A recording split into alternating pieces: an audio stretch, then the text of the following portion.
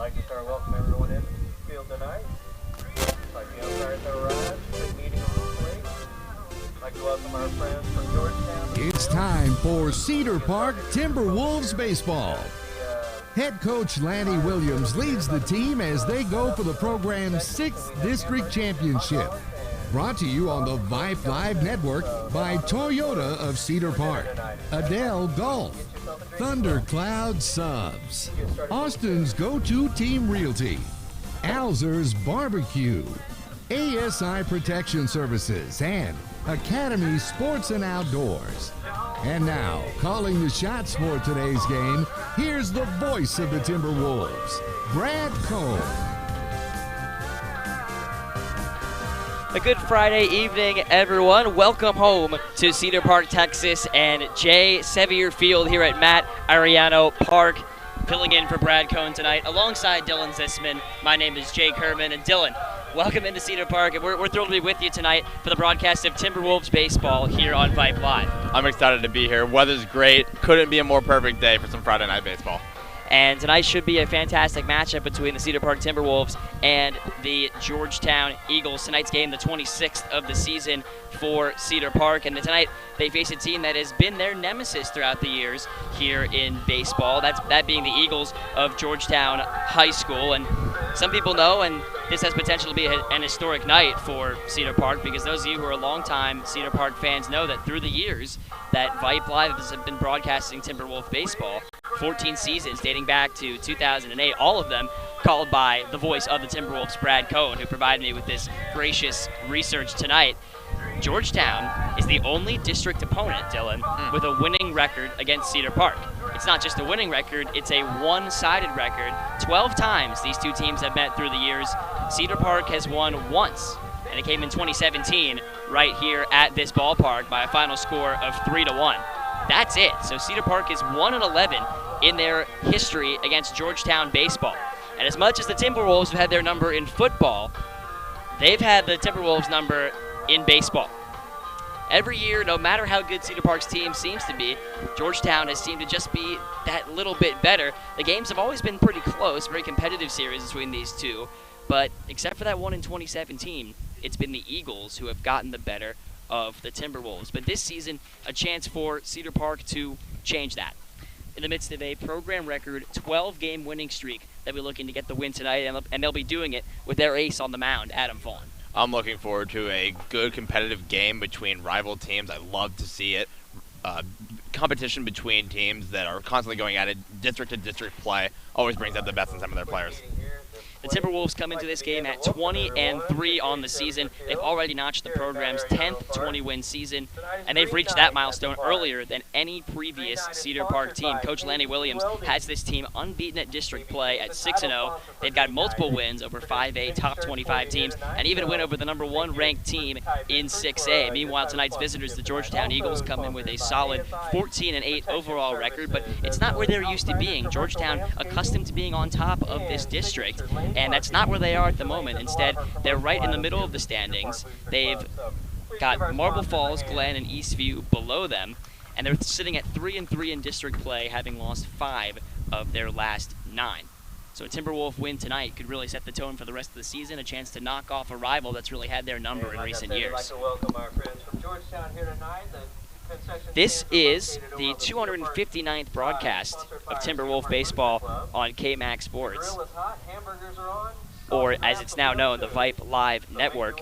The sponsors of Cedar Park baseball this season include ASI Protection Services, Toyota of Cedar Park, Adele Golf, Alzer's Barbecue, Austin Go-To Team Realty, and Thundercloud Subs.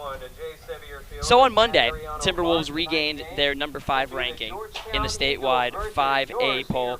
There wasn't a lot of movement in the top 7. Here's what it looks like at the moment. Friendswood ranked at number 1, Gregory Portland at 2, Sherryland Pioneer at 3, Barbers Hill for your Cedar Park Timberwolves 5, followed by Veterans Memorial, Lubbock Cooper, and College Station. As we head into Week 7 of district action, we get set to introduce you to the lineups, and for that we send you to our PA announcer. Next up, number 25, D.H. Reesbell. Yep, number 12, Bo Dinscore. Batting fifth, number 9, Nicholas Silva. Next, number 7, Rowdy Hoadley. Number 21, Eli Hellman. Number 20, Nick Nolan, pitching tonight for the Georgetown Eagles. Next, playing right field, number 18, E.J. Davis. And center fielder, number 16, Andon Petty. Coaches and reserve players, please join the rest of your team on the third base line as well. And now introducing your Cedar Park Timberwolves. Playing third base, number 5, Cade Hott. Playing second base, number 13, Gunnar Absek. Number 14, shortstop, Ryder Hernandez. Number 6, playing right field, Cannon McDonald. Left fielder, number 22, Trey Berber. Playing first base, number 19, Louis Alonzo. Pitching tonight for the Cedar Park Timberwolves, number 25, Adam Vaughn. And catching, number 23, Josh Bretz. And finally, our center fielder, number 11, Darian Sue. Coach Williams, Coach Kirkendall, and the reserve players, please make your way onto the field as well.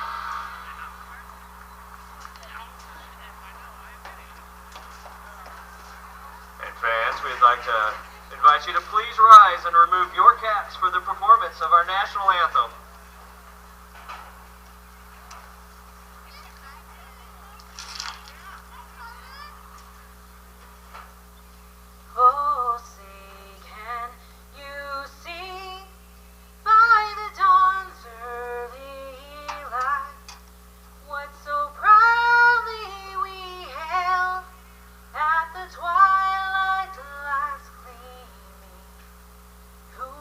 Stripes and bright stars through the perilous fight. For the ramparts we watched were so gallantly streaming, and the rockets' red glare, the bombs bursting in air, gave proof through the night that our flag was still there.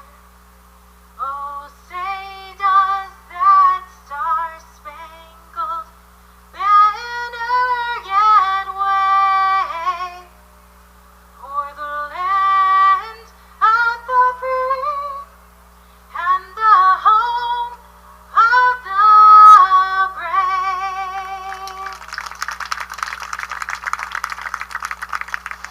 That's awesome. And throwing out the first pitch tonight, our title sponsor from KBG Welding is Kai Binford, alongside Giselle and Eric to his side. And Kai's going to throw out the first pitch to get us started tonight. So as tonight's first pitch is thrown, I'd like to welcome you into tonight's Vype Live broadcast of Cedar Park Timberwolves baseball, alongside the former varsity pitcher, Dylan Zisman, and our QA tonight, Randy Fry. My name is Jake Herman, filling in for the voice of the Timberwolves tonight, Brad Cohn, and we should be in for a treat tonight. Temperature 88 degrees and falling. The wind has died down. It was coming in from left field earlier, but it's pretty calm for now. As the starting pitcher for Cedar Park, Adam Vaughn, takes his warm-up pitches. Vaughn has been an ace for Cedar Park this season. He leads the Timberwolves with 32 innings pitched over his 6 starts. He has allowed just 8 runs. He's struck out 36 to 23 walks with an ERA of 1.5. That's some impressive stuff. I'm excited to see what he brings to the table. Yeah, and Vaughn, a pretty tall righty up there on the mound for Cedar Park tonight. At 6 feet tall, the junior will be looking to stifle the bats of a Georgetown Eagles squad that comes in at 3-3, right in the middle of the pack in District 25 5A. Again, they're used to leading the district at this point in the season, so they're not an opponent that the Cedar Park Timberwolves are going to take lightly, with a 6-0 district record and a 12-game winning streak on the line. The lineup for the visiting Georgetown Eagles reads like this. The catcher, Zach Mazok, leads off. Zach Zavala, the second baseman, hits second. Reese Bell, the designated hitter, is third. Bo Dinscore is at first base, batting cleanup. Third baseman, Nicholas Silva, is fifth, followed by the shortstop, Rowdy Hoadley. Eli Hellman, the left fielder, is seventh, followed by the pitcher, Nick Nolan. The right fielder, E.J. Davis, and Andon Petty, the center fielder, bats 10th. Zach Mazok, the catcher, digs in. Vaughn toes the rubber, and we're ready to get tonight's game underway.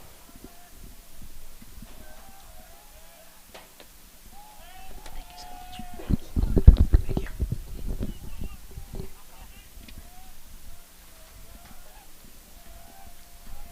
1-0 pitch.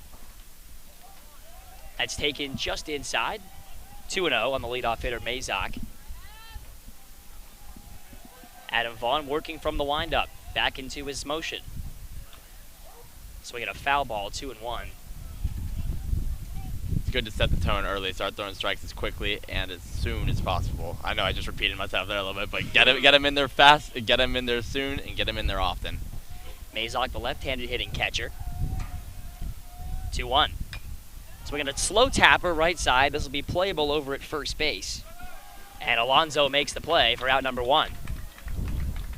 Got him on the changeup there. That's the first off-speed pitch we've seen thus far. Trying to establish the fastball early in the zone and then getting him to chase that changeup blowing away. Yeah, nice job there by Vaughn of battling back from down 2-0 in the count. That'll bring up the second baseman, Zach Zavala. Those first batter jitters may always get you, but once you settle into that groove, you'll find yourself cruising through inning by inning. That's what Vaughn will hope to do tonight for the Timberwolves. First pitch misses down and away, ball 1.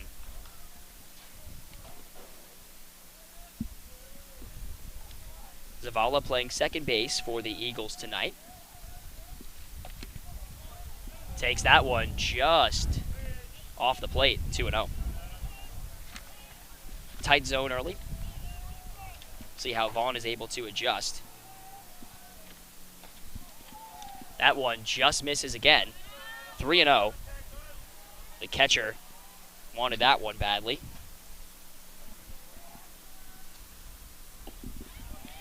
And that one finds the zone for strike 1. 3-1 the count to Zavala. The junior plays all over the infield for Georgetown. Coach Jason Vieira's team looking to improve to 4-3 in district play as Zavala takes that one high and tight for ball 4. And they're going to get this team coming out of the stretch early. So a base on balls sends Zavala to first. Reese Bell, the designated hitter, stepping in. Bella Jr., who also pitches at times for this Eagles squad.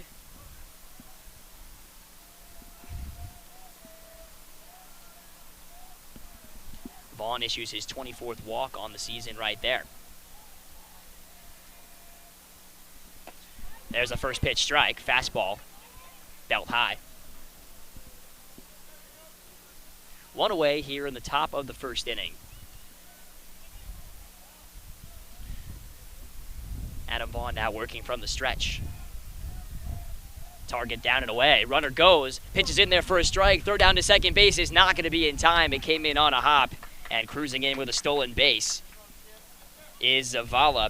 Count 0-2 though to Reese Bell. Check that. Looks like it's going to be. It should be 0-2. Scoreboard reading 1-1 as a runner heads over to second. It looks like they picked up pretty early on the pitcher's timing there, not making much of a change in his delivery from one pitch to the next, and managed to get himself that jump. Hey, timed it up well. Timed it up well, did Zavala. He's in scoring position here with 1 away. Establishing and or preventing the run game early is going to be pretty crucial here, I'd say. Vaughn's pitch misses down and away.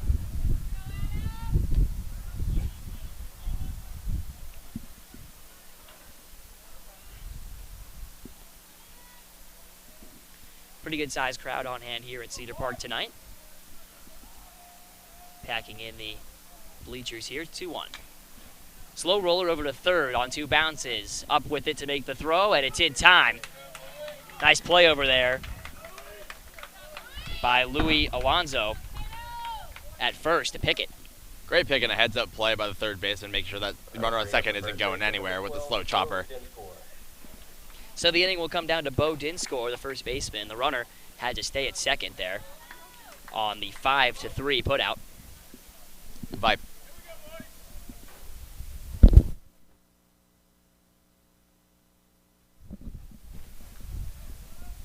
Sorry. Vaughn with a check on the runner at second. So the right-handed hitting Dinscore standing in, playing first base today for Coach Vieira and the Eagles. Looks like a little bit of a cross up there, maybe. Yeah, checking the... Signs always change with the runner on second. You might want to chase the 2. First sign in the first inning, second sign in the second inning. There's always a way to get around it, make sure that runner on second doesn't necessarily know it's coming and doesn't have a way to relay it to the guy in the batter's box. That one misses for ball 1. Yeah, sometimes the longer the runner stays on second, the more you want to change up those signs as a pitcher and catcher. Yeah, it's always going to be problematic if they figure it out early. Well, right now, it's been a couple of weak ground balls and a walk in this first inning. This one skied out to right field, foul, and it will go over the fence and out of play. Count 1-1 now on Dinscore. 2 away here in the top of the first. Runner on second is Zach Zavala, who reached on a walk, stole second base during Reese Bell's at-bat. But a couple of ground ball outs so far for Vaughn. Off-speed pitch, just missing. Looked like it was a bit outside. 2-1. Looked like the first curveball of the day right there. That was the first curveball of the day, and I couldn't tell in the warm-ups if that was a curveball or a slider, but the dip and the velocity lets me know that that is, in fact, a curveball. Target up and away, and this one's taken to the opposite field, into right. Zavala rounding third. He's going to try to score. The throw home is going to be not in time. And Georgetown is out to a 1-0 lead on the RBI single by Bo Dinscore. Good piece of hitting there. Took the fastball up and away, poked it into right. You see outside, you take it outside. It's exactly what you want to do with a pitch like that. So the walk proves to be costly in the first inning as Georgetown scratches across the game's first run. On the 2-out single by Dinscore, Nicholas Silva, the third baseman, steps in. First pitch, fastball high, 1-0. Vaughn still looking for his first pitch strike of the day. That's going to prove to be problematic if he can't find that strike zone early. Those batters are going to eat that up. That one's in there. They're going to make him pitch to them. That looked like the changeup there, Dylan. I'm not too sure about that one. It had a little heat to it, but it definitely had a little bit of a run and tail to it. Yeah, good-looking pitch there from Vaughn. Count 1-1. That one finds the inner half of the plate, 1-2. He's finding some consistency there. Finally getting that fastball down and in. And if he can keep that up, these batters are going to have a tough time tacking on any more runs. Dinscore is the runner at first. Nicholas Silva, the 5-hitter, playing the 5 position in the batter's box. And an excuse me hack there stays alive, 1-2. That's about all you can do there with a 2-strike fastball away. Just foul it off, try to find yourself something better. Dinscore was running there, so already the Eagles pretty active on the base paths. The stolen base by Zavala was key to this first inning run. 1-2 coming from the righty. Got him to chop it in front of the mound, or foul rather, in front of the plate. Good idea there to go with the front door breaking ball. Almost got him swinging foolishly. Managed to get a piece of it. Yeah, the catcher Bretz was ready for that one, but home plate umpire quickly called it foul. As fans continue to fill into the bleachers here, some Georgetown Eagle blue to our left, Cedar Park Timberwolf green to our right. This is a fun sight. Love seeing fans in the stands. 1-2. Swinging a ground ball hit up the middle. Shortstop Hernandez has it. He's up with the throw, and it's in time to retire the side. So, 1 run on 1 hit, a walk, and a stolen base helped the Georgetown Eagles scratch across the game's first run. Cedar Park coming up to the bat next. Georgetown leads 1-0 here on Vype Live.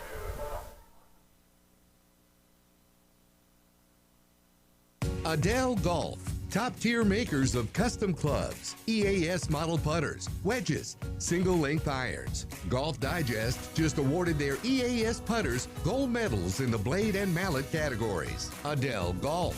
Groundbreaking products that shift the thinking of the golf equipment industry. Adele Golf, where you go to get better. Simplify your game. Single link, single swing, your aim, your choice. That's EDELGolf.com. Let's check out the Cedar Park lineup for tonight's baseball game as Coach Lanny Williams looks to get his team a 13th straight win. Cade Haught, the third baseman, leads things off. Gunnar Absek batting second, playing second. Shortstop Ryder Hernandez, the Texas State Bobcat commit, just had signing day the other day, an exciting moment for him and his family. He plays short, bats third. Kennon McDonald, the right fielder, batting cleanup. Trey Verber in left and batting fifth. Louis Alonso at first, who made a nice pick play to retire the second out in the top of the first. Well, he's batting sixth. Pitcher Adam Vaughn will try to help his own cause, batting seventh. Catcher Josh Bretz is eighth. He collected 3 hits in their game last week against Leander. And Darian Sue plays center field and bats ninth. The pitcher today, a southpaw on the mound for Georgetown. It'll be Nick Nolan getting the start. The junior on the bump. A couple of juniors going toe-to-toe today. Lefty arms are always fun to watch. Watch for him to have a pretty good pickoff move and some good arm side run on the fastball. So the leadoff man, Cade Haught, digging in. Batting a scorching hot .431 over the course of the season. Also the team's leader in on-base percentage at .548. And he scores around to bunt the first pitch, and it goes foul back for strike one.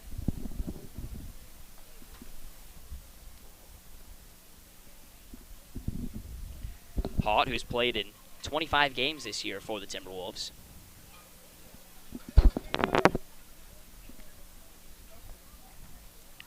'84 plate appearances, 28 hits. 0-1. Squaring around to bunt again. It's hit a bit too firm, right back to the pitcher, and Nolan makes the play for out number one. Not the bunt that Haught was looking for that time. Number 13, Gunnar Absek. Gunnar Absek, the second baseman, is next.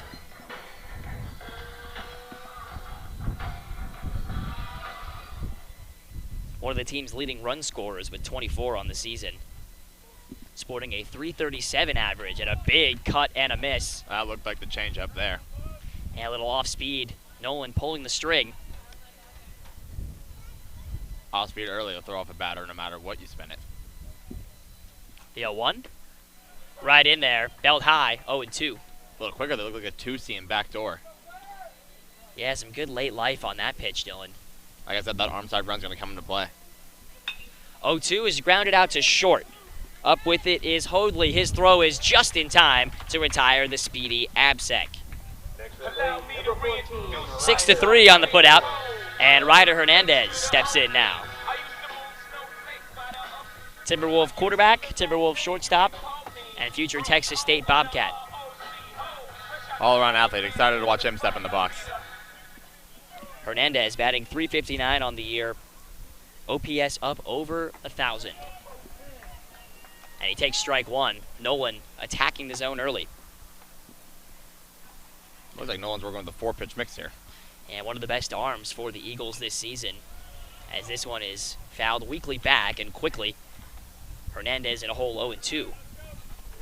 One thing Nolan's doing a good job of early is establishing the strike zone with all of his pitches. The only thing we haven't seen yet is the breaking ball, but hasn't really had a need for it just yet. Target down low on 0-2, and it misses down and in. 1-2 count with 2 outs here in the bottom of the first, nobody on. Georgetown leading Cedar Park 1-0. That was actually the first ball he's thrown all inning. I guess all game, but it's the first inning, so. Looked like Hernandez got a late timeout in right there, maybe trying to disrupt the timing of Nolan a bit, who's in his rocking chair here in the first, as that one's fouled back. Looked like he wasn't going to grant the time, the home plate umpire wasn't, but then Nolan actually stepped off. Here comes the 1-2 from the Eagles lefty. Swinging a hard hit ball, deep left field. It's going to be playable out there for the left fielder Hellman, who squeezes it for the third out. Good contact there for Hernandez. Maybe got jammed just a little bit and didn't get enough of it to take it out. We go to the second inning. It is Georgetown 1 and Cedar Park nothing here on Vype Live.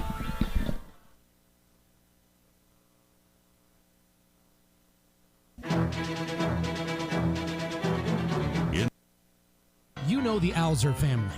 They've been involved in Cedar Park sports for years, just as Alzer's Barbecue has been involved in Cedar Park cuisine for years. It's one-of-a-kind, authentic Texas barbecue. Brisket, turkey, chicken, lamb, terrific sides and sauces. It's sheer succulence. That's Alzer's Barbecue, next to the Shell Station on 1431, just east of Lakeline. Open Friday through Sunday, every weekend. Cedar Park Baseball here on Vype Live, brought to you in part by Alzer's Barbecue. You know the Alzer family. They've been involved in Cedar Park sports for years, just as Alzer's Barbecue has been involved in Cedar Park cuisine for years. It's a one-of-a-kind, authentic Texas barbecue, brisket, turkey, chicken, lamb, terrific sides and sauces. It's sheer succulence. That's Alzer's Barbecue, next to the Shell Station on 1431, just east of Lakeline. Open Friday through Sunday every weekend. And we head over there tomorrow night. I could go for some good barbecue. So leading off the second inning, Rowdy Hoadley, the 6-hitter for Georgetown. They scored just the 9th run that Vaughn has allowed on the season over his 7 starts. This is his 7th start of the season. And a big swing and a miss for strike 1 to Hoadley. And already you can see a mindset change in Vaughn. He wants he wants all the strikes early, and establishing the fastball is the best way to do that. Vaughn, who leads the Timberwolves in strikeouts, still looking for his first K tonight. Foul tip, he's ahead 0-2. And immediately coming back with the off speed, trying to establish everything. It's working out for him right now. Vaughn taking some time, working from the stretch here. 0-2 is swung on and lined into right field. This will get past the second baseman, Absek, for a base hit. And they always say when you're up 0-2 in the count that you don't want to speed up the bat by throwing the off speed. But he went ahead and threw that changeup because it got him on the 0-1 swing and strike, and he made him pay for it.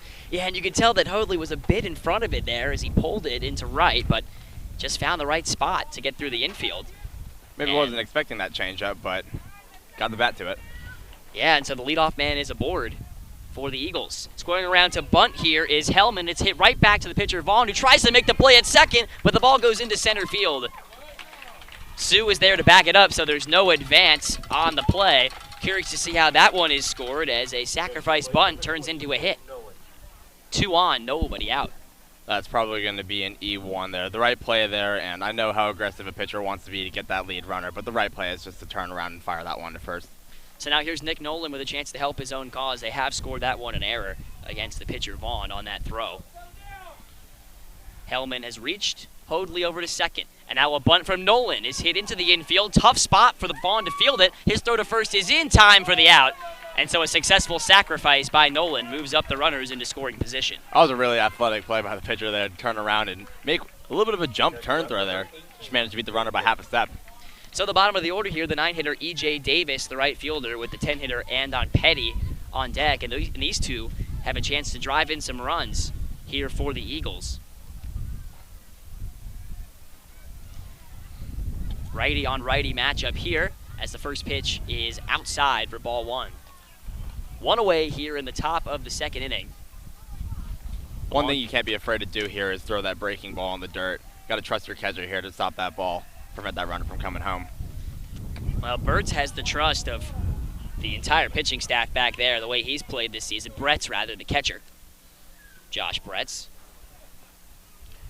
Right now, Vaughn behind 2-0 to E.J. Davis here in the top of the second inning. That one's on the outside corner, 2-1. Cedar Park faithful looking for something to cheer about. Maybe they will if Vaughn gets out of this jam here in the top of the second inning. Runners at second and third as that one misses just off the plate outside, 3-1. Now you definitely don't want to give him anything to hit too close. I wouldn't mind if had that runner on first and turned to play at the plate with the bases loaded. 3-1 to Davis is fouled back. That was the first time he swung in the at-bat. Got something he liked, just missed it. 3-2. Don't need to pull the trigger now. Just get him on, get him in, get him over. So the count full to the Eagle right fielder. The junior Davis digs in. And that one's low in the dirt, ball 4. Good block by the catcher Bretz, keeps the runner Hoadley over at third. And now the sacks are full for the 10-hitter, center fielder Andon Petty. Oh, check that, we're back to the top of the order here. This is Zach Mazok, the leadoff hitter. That's a walk that you don't mind giving up from time to time, especially with an open base like that. It allows the infielders to have a sure play at the plate should the ball come their way. And in the outfield, you're just praying for the pop-up. So here's Mazok, who grounded to first his first time up. Vaughn would take another ground ball right here if he could choose. A little bit of a jam here for the right-handed junior. First pitch hack goes foul way out onto the football field. That one almost made it to the track, 0-1. Not the warning track, of course, the Cedar Park Timberwolves track behind our left shoulder here. Breeze blowing in now as Vaughn delivers to the lefty. Breaking ball's laced right back up the middle into center, and it's going to have to be played on a bounce. 1 run will score. They go for the force at second. It's not in time. Everybody moves up 1 station, and it's an RBI single for Zach Mazok. It's a good eye there to lay back on that curveball, just find something to hit. With the breaking ball, you don't need to sit on and try to pull it, just take it middle away. That's exactly what you do there. So still only 1 away here in the top of the second inning, and it is 2-0 in favor of the Eagles. Big spot here for Zach Zavala, whose walk and stolen base resulted in the game's first run. This one's laced out to left, backing up, and it's going to be over his head out there. Trey Verver chases it down all the way to the wall. Zavala is going to clear the bases as the relay comes to the plate. Bretz makes the play, extends the tag, but it's not in time. A bases-clearing triple for Zach Zavala. And the Georgetown Eagles have opened up a 5-0 lead here against Cedar Park. And that's the sacrifice that you make when you run the no-doubles defense in the outfield. If somebody's going to sneak one past you in a bases-loaded situation, all you can do is tip your cap. That ball was hit on a rope out to left field. And 3 RBIs well earned right there for the Eagles second baseman. That'll bring Coach Williams out to the mound to talk to his pitcher. Good play there. I thought it was going to clear the bases rather easily. The relay was pretty strong. The left fielder Verver threw it into, I believe it was Hernandez, and his throw to the plate had the right strength and just took Bretz up the line a little bit. Just an inch too far off the plate, and maybe a play they could have made. Perhaps. I think the conversation on the mound just there is more of a clear your head kind of moment. And as a coach, I mean, yeah, it's upsetting that you're down 5 early, but you're still going to trust your guy out there and put him in a position where he's in a clean slate. And from this moment forward, pretend it's a 0-0 game and just try to reestablish the zone. First pitch to the DH, Reese Bell is taken for ball 1. And he's been falling behind these hitters 1-0, Dylan, and Georgetown has been able to take advantage. He's been pulling a couple of those fastballs to the glove side, and the ones that are catching the plate are catching a little bit too much of it. This one's grounded out to third. Runner goes. They're going to try to get him at the plate. The throw is in time for the out. Confident throw over there by Haught at third, and a great job to hang on to it and apply the tag by the catcher Bretz. And a huge out number 2 at the plate. Sturdy play by the catcher, but that is the sure move. Limit the damage, and good result came out of it.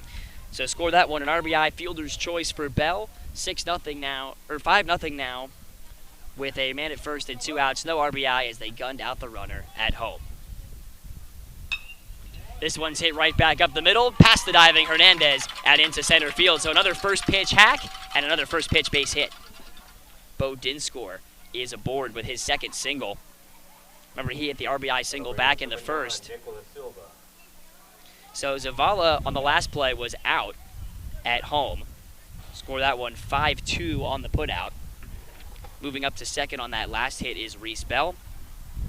And Nicholas Silva comes up with 2 outs once again. Georgetown's really working with that next man up mentality. Nobody's trying to be the hero, just trying to base hit by base hit.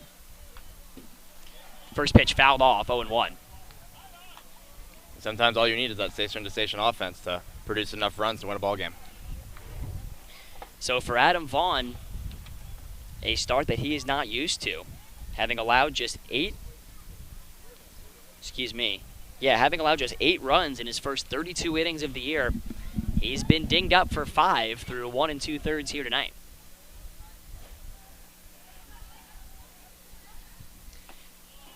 Breaking ball stayed upstairs, 1-1. 2 outs here. McDonald, Verver, and Alonso due up for the Timberwolves in the bottom of the second inning, but still 2 on and 2 out. Silva fouls that one off to the right side onto the softball diamond. Some hard contact there, 1-2. And he's not looking to be a hero either. He's just trying to find a gap, maybe get that guy on second to come around.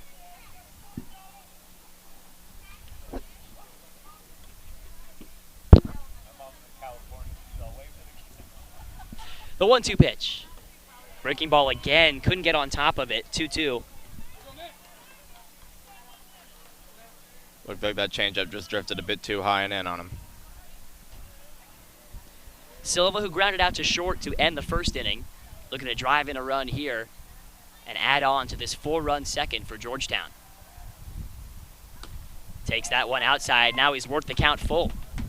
3-2.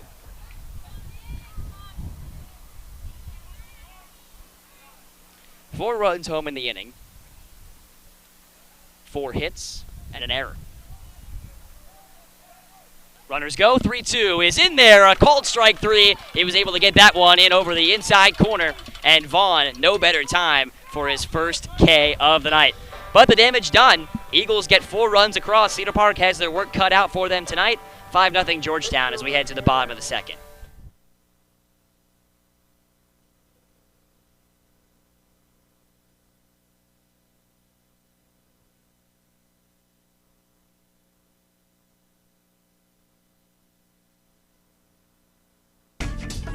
Austin Go-To Team Realty. If you're thinking about selling your home, now's the time. Contact Greg Oleski for a free market analysis of your home's value and take advantage of this seller's market. Whether you're buying or selling, Greg's your go-to agent for all your real estate needs. Contact him at 512-779-3767 or Greg O at austinrealestateexperts.com.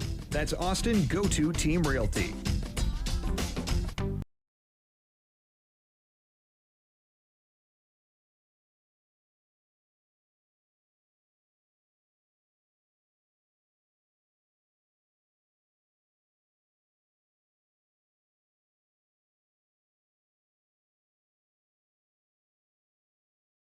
Of a 5-0 lead.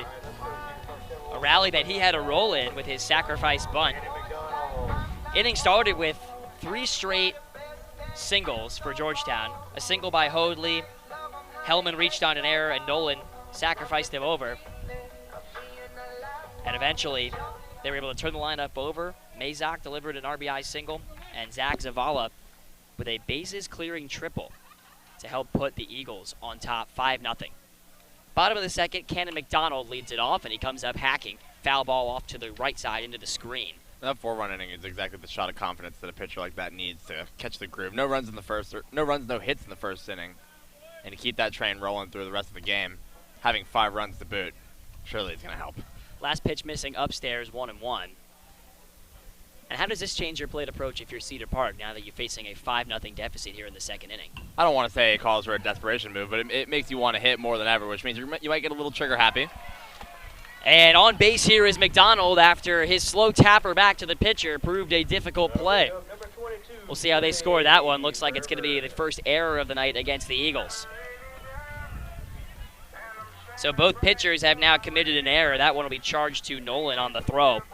Left fielder Trey Verver digs in now. Say sometimes all that one error is all you need to really get a rally going. Tack a few runs back on, get your boys back on the board. Verver, the Hendricks College commit, as diving back into first safely on the pickoff attempt is Cannon McDonald. Verver, the Hendricks College commit, has piled up 23 hits this year, driven in 24 runs, second on the team to Ryder Hernandez. High heater, missed high, 1-0.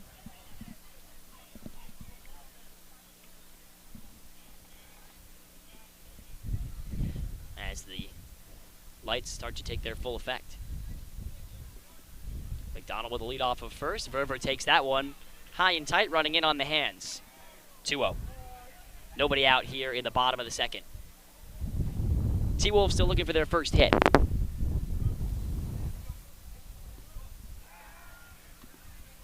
They check the runner over at first. Aggressive lead trying to get that pitcher thrown over to first base. We saw what happened last time when the tapper back to him. Maybe trying to force another mistake. Cedar Park, whose offense has been so important to them this season as they check the runner again. A program that's been known for their pitching in the past, produced such MLB players as Chris Paddock. But it's been the hitting that's been just as key for them this year. They'll need some offense tonight to get back into this ball game, as this one's hit out to right. May stay in play, drifting towards the wall, and out of play, foul. Good hustle over there by Davis in right field. That one actually clipped the foul fence over on the right field side and then dropped over the wall close to the 320 sign. Yeah, it's hit a long way. Tailed off to the right, had a little bit of a fade to it. If you will. 2-1 pitch to the righty. Foul back into the screen, and Verver now has to protect 2-2. Nolan pitched a 1-2-3 first, but an error has put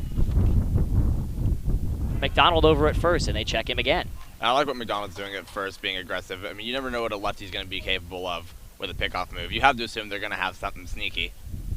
And he's trying to find his good move right there. 2-2 from Nolan. Swing and a miss. Got him with that high heater.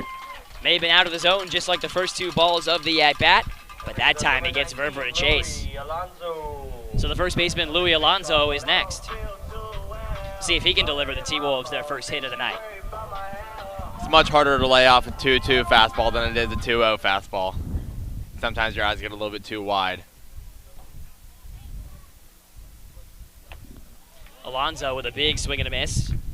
And the pitch off the plate for strike one. Alonso batting .344 on the season. He's worked 5 walks but struck out 11 times, and now he's got to protect 0-2.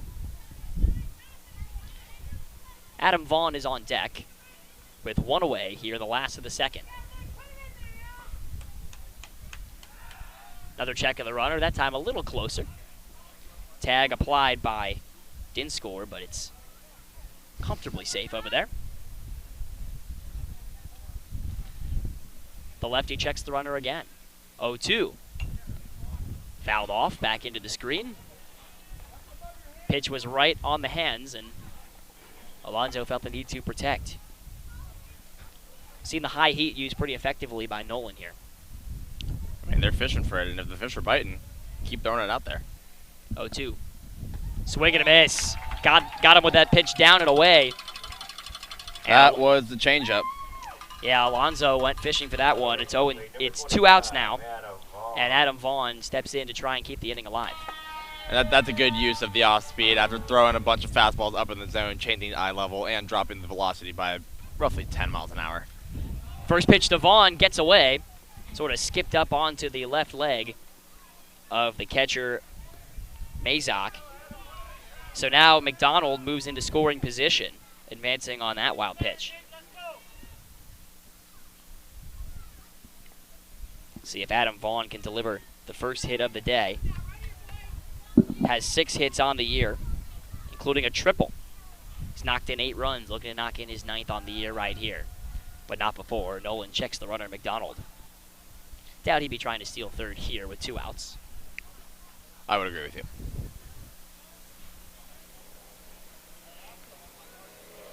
.1-0. Hit hard, but foul into right field. Count even 1-1. Vaughn would love to give himself some support here. Definitely help him mentally stepping back on the rubber next inning. Yeah, you got to figure they want at least a couple more innings from Vaughn, who didn't throw the most pitches in that second inning because of the early in the count swinging by Georgetown. 1-1 is in there at the knees. 1-2. Again, that's just that arm side run. That may have been a four-seam fastball. It just tails because of the way lefties throw the baseball. just catches that low and inside corner. It's not one you're going to be able to hit all the time. Eagles 3-3 in district, looking to get out of this second frame. Here it is. Swinging a slow tapper.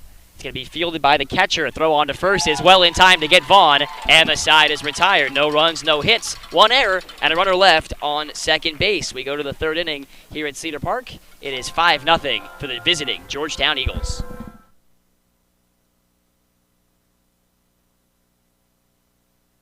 With ASI Protection Services, it's always safe. It's that simple. ASI Services provides commercial and residential alarm monitoring services. ASI does the install and monitoring for way less than the large security chains. They've been in business for 21 years. ASI also offers home automation services, repair services for access control, alarms and CCTV, plus security camera installation and repair. That's ASI Protection Services. Call 512-467-2615.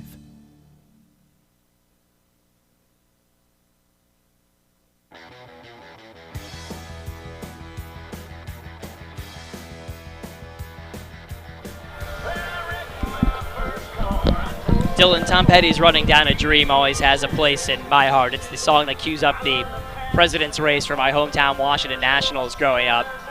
It's what takes us into the top of the third inning here at Cedar Park High School. An inning presented to you by ASI Protection Services. With ASI Protection Services, it's always safe. It's that simple. They provide commercial and residential alarm monitoring services. ASI does the install and monitoring for way less than the large security chains. They've been in business 21 years. They also offer home automation services, repair services for access control, alarms, and CCTV, plus security camera installation and repair. That's ASI Protection Services, 512-467-2615.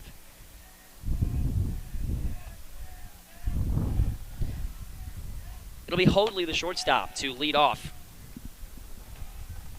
His single got the rally started in the second inning for Georgetown. Came around to score a run on the Mazak hit, I should say. And with Vaughn back on the mound, the mindset here is that you've got to try something different. The fastball isn't working. It's missing its spots. Maybe try to throw in a few breaking balls, mix a few changeups in there. That one's down and in. Good pitch. Hitter didn't bite, 2-1. And you can hear the Georgetown dugout giving the pitcher a little bit of flack, trying to get in his head a little bit more, try to stack on a few more runs while he's been putting some balls over the middle in hittable locations. 2-1 is hit foul down the left field line. Count even 2-2. 5 runs, 5 hits for the Eagles. No runs, no hits for the T-Wolves. 1 error for each team. One of those runs unearned in the second inning. 2-2 coming from Vaughn. And that one stays just outside. Catcher Brett wanted it there. Didn't get the call. A little off speed there. That's a close call. Yeah, tough break there for Vaughn. See how he bounces back on the 3-2 payoff pitch. Misses outside, and a leadoff walk is drawn by Hoadley. Been really impressed with the plate discipline of the Eagles tonight. Yeah, I mean, if they've seen something they've liked, they've gotten after it early. And if they haven't, they've been patient, waiting back, and they'll take those walks. It's 90 feet nonetheless. And Vaughn, one of the premier strikeout guys in this district with 36 on the year, has struck out just 1, as we're now nearly 2 times through the order. Hellman, the left fielder, comes up after reaching on an error his last time. He was trying to lay down a little sacrifice bunt to move up Rowdy Hoadley. And instead, he lucked into an error. Look, sometimes that's all you need. They say that a runner on first base comes around to score 70% of the time with no outs. Hold on, Dylan. We got a balk here. We got a balk here as Hoadley moves up to second. I was looking down at the score sheet, but I saw the umpire signal. You were saying? I mean, I'm kind of going to trail my thought onto that balk. I mean, it shows that these guys in the Georgetown dugout might be getting to him a little bit. I wouldn't say that, as this one's bunted back into the screen, 0-2. Something's getting to him a little bit, and he's got to find his rhythm. Again, I think that maybe dropping in some of those off speeds. He threw a couple good curveballs and a couple good changeups in the previous at-bat. They just missed by a hair.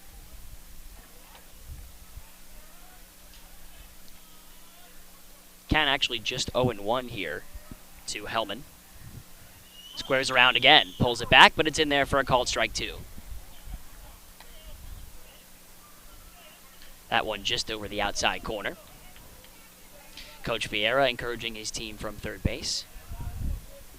The runner at second is Hoadley. 0-2 pitch. Swung on and poked out to first base. Making the play over there routinely is Alonso, but the runner moves up to third. Hellman gets the job done on the ground out, 3 unassisted. And like I said, when that runner gets to first with no outs, no one on, they say that 70% of the time he's going to come around to score. So seeing him on third with 1 out isn't all that surprising. Here's the lefty Nolan, who sacrificed his first time up.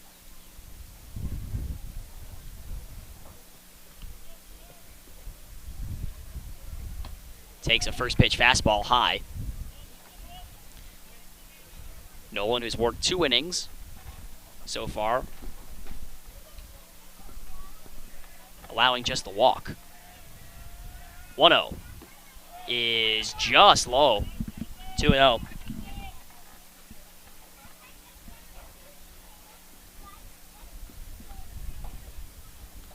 Cedar Park fans kept pretty quiet so far. 3-0 now. Play of the game so far has been the 3-run triple by Zach Zavala that came back in the second. Stretched this lead out from 2-0 to 5. 3-0 is in there. Strike 1. Belt high fastball. I mean, regardless of outcome, the fact that he's getting into a rhythm shows that he's making progress as his game's going on. Looks to keep this momentum going through the rest of the inning. That one in there for a called strike 2, and Nolan was heading to first. That's something you don't see every day from a pitcher and the batter's box, but he gets right back in there. Of course, you never want to show up the umpire as a pitcher because you want that call for yourself. Not as a pitcher? With a 5-0 lead. 3-2. Especially not as a catcher. That one's outside, ball 4. So Nolan does end up working the walk. He's aboard with 1 away here in the top of the 3rd inning. E.J. Davis, the right fielder.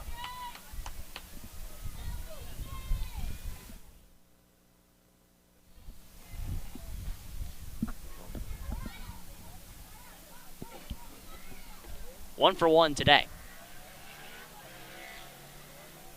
Singled in his first at-bat.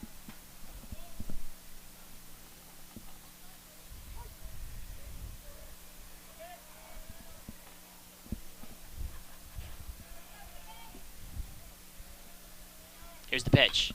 This one's hit out towards right field, shallow. In to make the catch is McDonald. His throw goes astray. He was trying to gun down the runner. Instead, everybody's going to move up.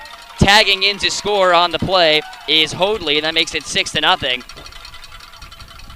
That throw from McDonald was trying to get the runner picked off back at first. Hoadley at third wasn't moving originally, but once he saw the throw go to the backstop, he wisely dashed for home. And so that'll make it 6-0. An unearned run comes across. Just getting a little overzealous there, trying to gun that guy out at first. Safe pose just to get that one back in the second baseman. This one's hit on a rope out to right, but it hangs up just long enough for McDonald to make the play. So for the Eagles, they take advantage of a pair of walks in the 3rd. They get one across on an error. They lead it now 6-0 as we go to the bottom of the 3rd here at Cedar Park High School.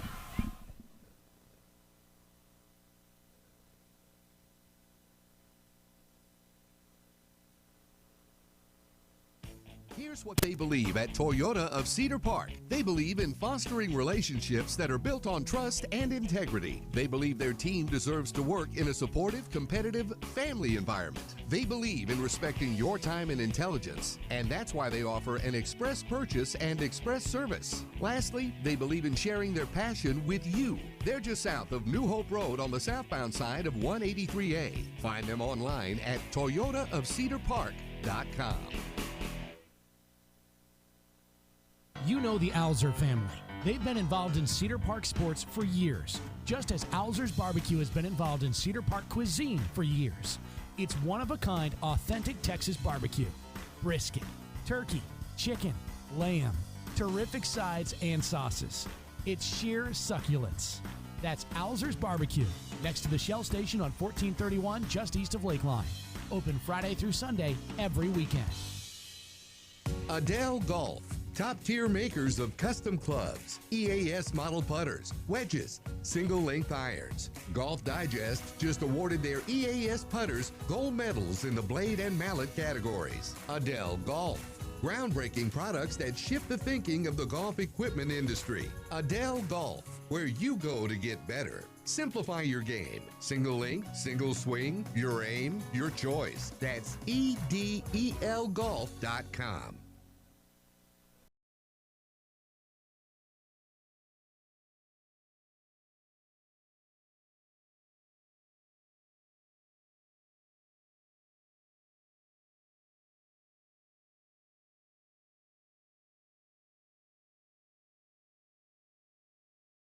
To the plate for the first time, the 8-hitter for Cedar Park. He's been a hardworking man behind the dish tonight. First pitch from Nolan misses up and away for ball 1. Just a bit outside. Timberwolves still looking for their first hit in tonight's ball game. This one's hit to the right side. Tough hop. Made look easy over there by the first baseman, Dinscore. Number 11. And that's the first out here at the bottom of inning number 3.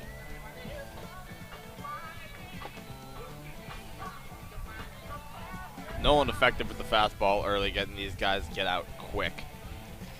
He's gonna go through a bunch of innings eater, if you will. Darian Sue is a .500 hitter this season. Fouls that one away, a little late on it. 0-1. Quick first out. Here, Cedar Park looking to get a hit before Nolan gets through the order for the first time clean. Slow roller, third base. In to make the play is Silva. 2 outs. So, 4 pitches and 2 outs for Nolan, looking for that shutdown inning here in the bottom of the 3rd. Back to the top of the order for Cade Hott. I was going to say earlier that having a .500 hitter in the 9-hole almost functions as a pseudo leadoff man. And, yeah, double leadoff of sorts, right? Yeah, allows you to start the batting order over a little bit early. Maybe get that guy in the leadoff spot who maybe a little quicker, might still have that higher batting average, get another runner over quicker. First pitch to Hott is fouled back. Nolan just attacking that zone. That 6-0 lead working in his favor.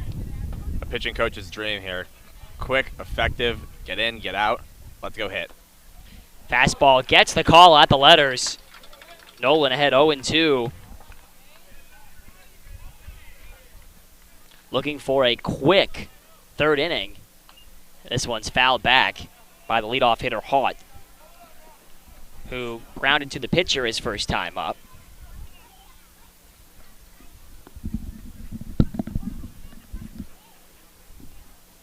Rocks, kicks, delivers. Up high, 1-2. And correct me if I'm mistaken, is that the first ball thrown this inning? I think there was one other. Looking to make it a less than 10 pitch inning here. The 1-2 is just inside. 2-2, good take by Hott. Yeah, I stand corrected. You were right. The first pitch of the inning was a ball. But he was just so effective and so good that you forget about the one blip. Yeah, he's been cruising so far. The catcher Mazak wanted that last one, brought it in. 2-2 count.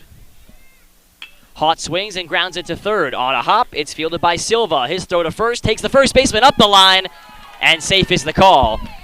Hott reaches on what might be scored a throwing error. You would think they would score at that given the situation tonight. 13, Gunner Absack.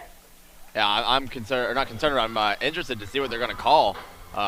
This should be an error, and Absack will come up with a man at first and 2 outs. It should be. That was a makeable play. Yeah, Silva would like that throw back. Nolan might hope they scored an error as well, as that one is fouled off, 0-1. No scoring yet on our United Heritage Credit Union scoreboard out in the left. Here at Sevier Field at Arellano Park. You're watching Cedar Park Timberwolf Baseball here on Vype Live. Jake Herman alongside Dylan Zisman. Proud to fill in for the voice of the Timberwolves, Brad Cohn, tonight. Shout out to Brad, as well as the entire Vype Live crew for their role in this broadcast. 0-1 the count to Absack. Grounded to short his first time, and he'll have to wait another beat as he checks the runner Hott. Nolan has been very diligent about checking those runners. He has been, and I'm thinking about it earlier. My left hand is still itching. I'm anticipating what they're going to score that last play as. 0-1. Up and away, maybe a pitch out. 1-1. Yeah, but controlling the run game is key, and the fact that nobody's really tested that is a credit to a lefty's ability to maintain runners on first, and nobody's really gotten past first. 1-1. Hard hit ball out to left center field. Heading towards the gap, ranging over to make the play is Hellman, and he'll squeeze it for the third out. A hard hit ball for Absek, but nothing to show for it, as the Timberwolves go down quietly in the bottom of the third. No runs, no hits, an error, and one runner left on base. We're through 3 here at Cedar Park High School. Georgetown looking to knock off the undefeated Timberwolves. 6-0, they lead it.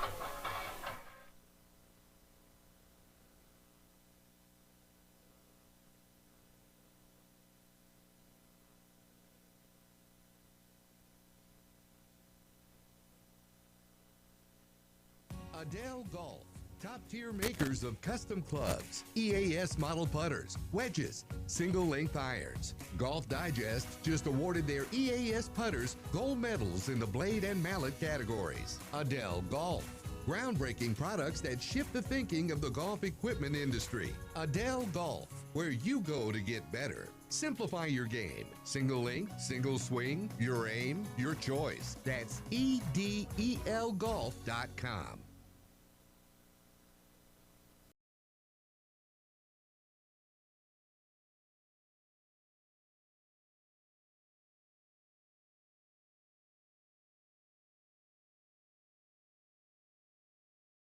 Ariano Park. Vaughn back on the mound, and he faces the 3-hitter, designated hitter, Reese Bell. First pitch strike. A welcome sign for Adam Vaughn, looking to settle in here, looking to get his first scoreless frame of the night. If you're just joining us, Eagles scored 1 in the first, 4 in the second, and added another one, an unearned run in the third.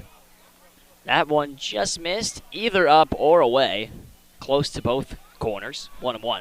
And the first pitch strike is as important as ever now, down 6, than it was in a tie ball game. 1-1 pitch is in there, right at the knees for strike 2. Maybe a little fire under his belly there, thrown with a little bit more velocity, so it seems.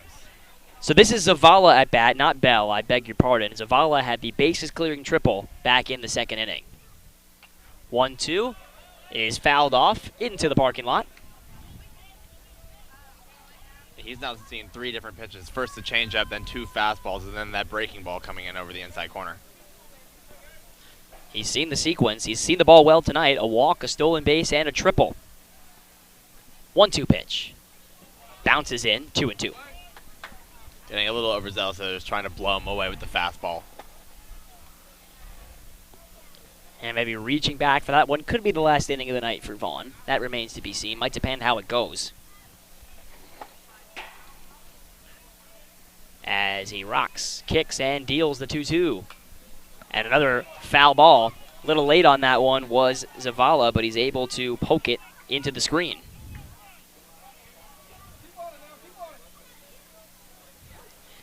Unfamiliar spot for Cedar Park. 6-0 in district play, looking to keep that alive as the 2-2 is in the dirt for ball 3. A score that might surprise some. Timberwolves have been cruising in recent weeks. 12 straight wins is a school record. Their last loss coming last month. And that's going to miss for ball 4, a leadoff walk. Second straight inning that has been drawn by the Eagles. Great approach tonight. And Coach Williams will now head out to the mound, Dylan. And does this surprise you here? No, again, the walk has been the problem. That's his 5th walk of the night. And like I said last inning, if a runner gets on base with no one out, there's a 70% chance he's going to come around to score. And as a coach, that's just something you really don't like to see. Because already having 6 runs up on the board, you're trying to limit the damage. And having a 70% chance to have that damage not be limited yields a pitcher leaving the mound.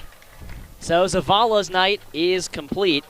Through 3 innings, he allows, or Vaughn's night is complete with Zavala's walk over at first. Vaughn allows 5 hits, 6 runs, 4 of them earned, 5 walks, and 1 strikeout on the night. New pitcher Coming in for the Timberwolves is number 12, Hunter Hewitt. He warms up. We step away for just a moment here on Vype Live.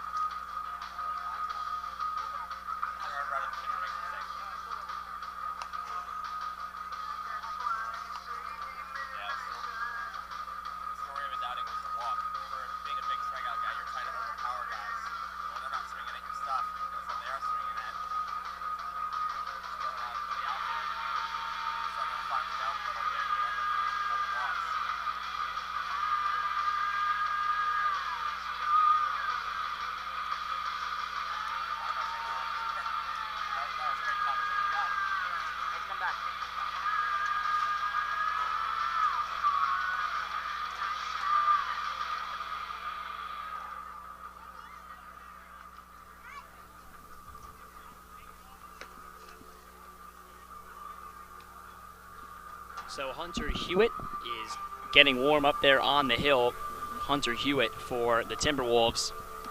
So how about this Georgetown team tonight, Dylan? Coming in, having won just 5 of their last 9. A 5-2 win over Liberty Hill in their last time out. 14-8 record. Not intimidated tonight, coming in and facing the Timberwolves. And we said in the open that this Georgetown baseball team has had Cedar Park's number over the year. Some thought that this game might have been different based on Cedar Park's winning streak at the moment, but right now it has been all Georgetown. They got a chance to break this game open here in the 4th. Reese Bell, the DH, is up after Zavala drew a leadoff walk. Hewitt's first pitch is in there at the letters for strike 1. Yeah, these batters have shown a lot of discipline. The entire game throughout, forcing 5 walks in 3 innings, having, for the most part, in the meantime, 4 of them have come around to score. So these guys are really with that next man up mentality, trying to go station to station. They're just staying within themselves. They're not trying to hit the ball over the wall. They're just trying to poke one into the outfield and get the next guy up and have an extra runner on base. Runner was going there, but it was fouled off, so 0-2 is the count on Bell.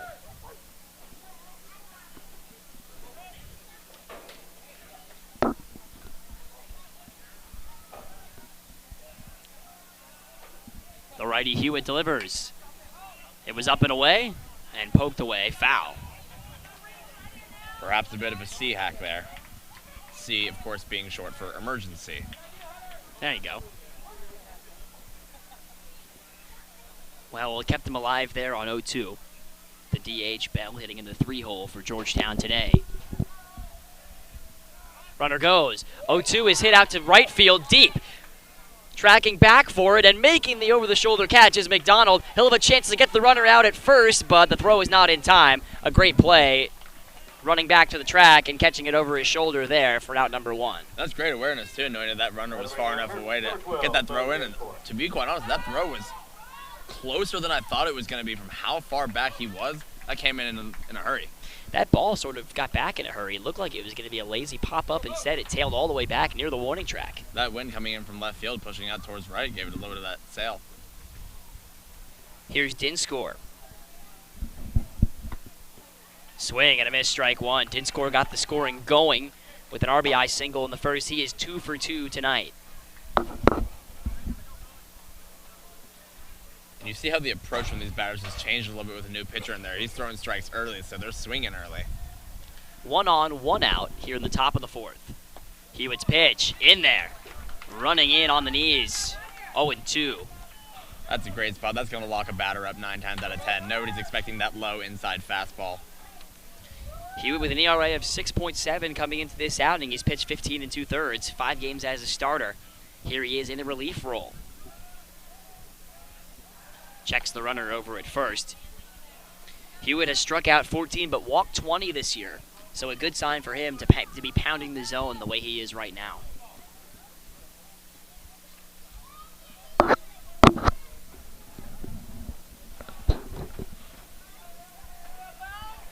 Bo Dinscore for the 0-2. Runner goes. Dinscore hits it out to right field. It's going to be in foul ground, maybe playable. McDonald over, and he makes a sliding catch in foul territory for out number 2. Fantastic play by the Timberwolves right fielder. McDonald's had his work cut out for him, and he has stepped up to the occasion, now making a catch over his shoulder and then a sliding catch up against the wall with really not a lot of room left.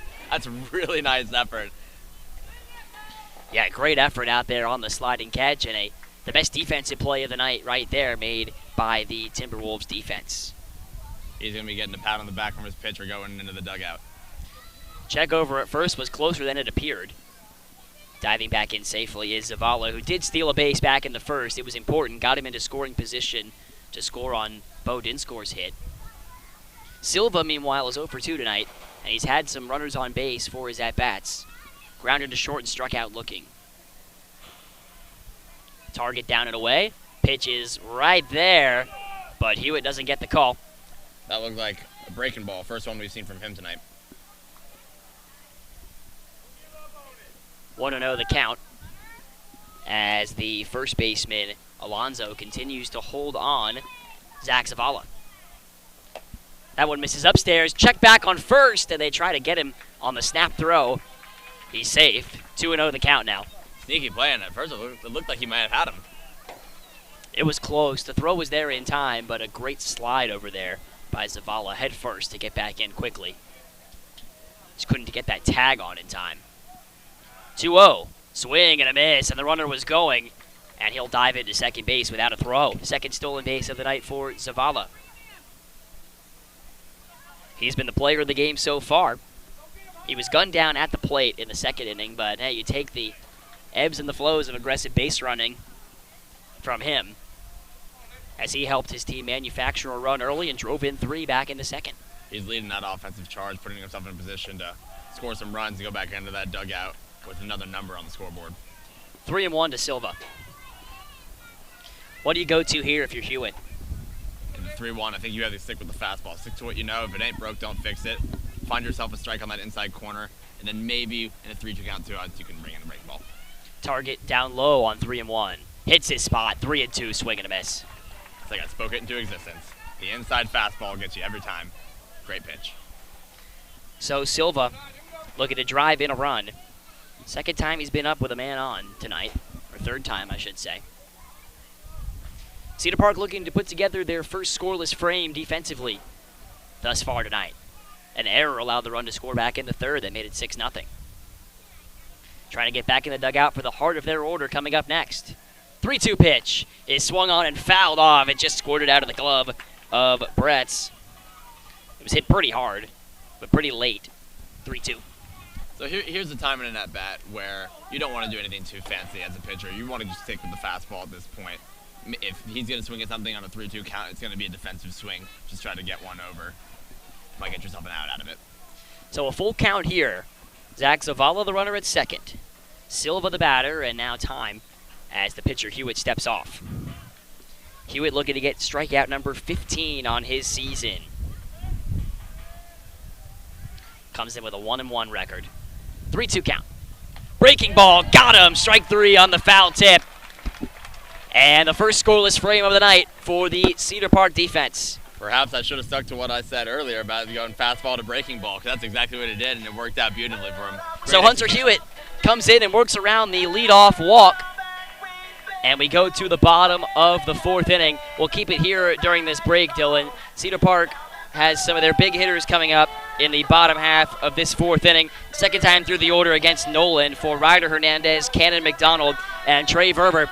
What are you looking for out of the plate approach here from Cedar Park? What's got to change? What's the adjustment they'll make against Nolan? So we've officially hit the halfway point in this ball game, and the key to changing the momentum halfway through a game is, like you said, having those key guys in your lineup, those 3, 4, 5 hitters. They've got to get on base. They've got to work the count. Everybody's been swinging really early, and he hasn't had to throw anything other than that fastball, and he's mixed in a changeup or two, but really everything he's throwing, they're biting at everything. A high fastball, there's no need to change it. I just need to have some more plate discipline, find something to drive. Don't try to get too pool happy. Maybe try to take something the opposite way against the lefty with that arm side run. Well, a school record 12-game winning streak on the line, Dylan. So Cedar Park's comeback, you ideally would want it to start now. You don't have to get it all back at once, but you do have to start chipping away at this 6-run deficit. Some other games going on out of town tonight. Cedar Park with a 1-game district lead over the Leander Lions. They're playing at home against Eastview tonight. Marble Falls in action against 3-3 Rouse. And the 0-6 Glen Grizzlies looking for their first win of the season against the Liberty Hill squad that Georgetown beat the other night. Ryder Hernandez. So there you have the out-of-town scoreboard. And here you have Ryder Hernandez digging in. Hit a ball sharply to left his first time up, but didn't reach base. Comes up hacking and fouls it away. And again, they're seeing that high fastball, and they want to drive that ball out of the yard. They want runs quick, and the first key to getting runs is getting runners on base. To get runners on base, you got to swing a better pitches than that. That one's in on the hands, ball 1. Hernandez, 28 hits this season. Driven in 27 runs. That mark leads the team. This one's driven out to left, but it's going to hang up there. Backing up a few steps and making the catch is the left fielder, Eli Hellman, one away.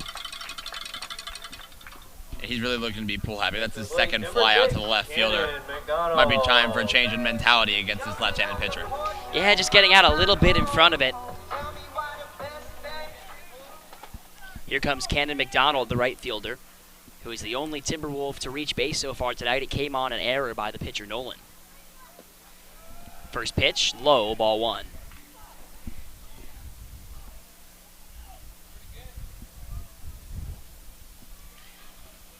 Next pitch to McDonald is just inside. Had himself a day in their last outing against Rouse, a 13-6 win for the Timberwolves. McDonald played a huge part in it, as the 1-0 pitch is swung on and missed. McDonald was 4 for 5 in that game, including 2 triples. 2-1 the count. Scoreboard reads 1-1. Umpire signals 2-1. Here it is. Nearly hit him on the foot. 3-1.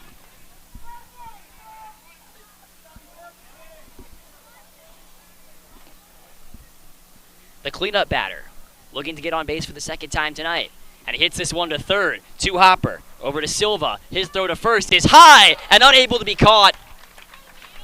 So for the second time tonight, McDonald reaches on what should be scored an error. It is. They'll get that one on the third baseman, Silva. That's his second error of the game as well. Well, they only have 2 out on the scoreboard, but we have 3 down here.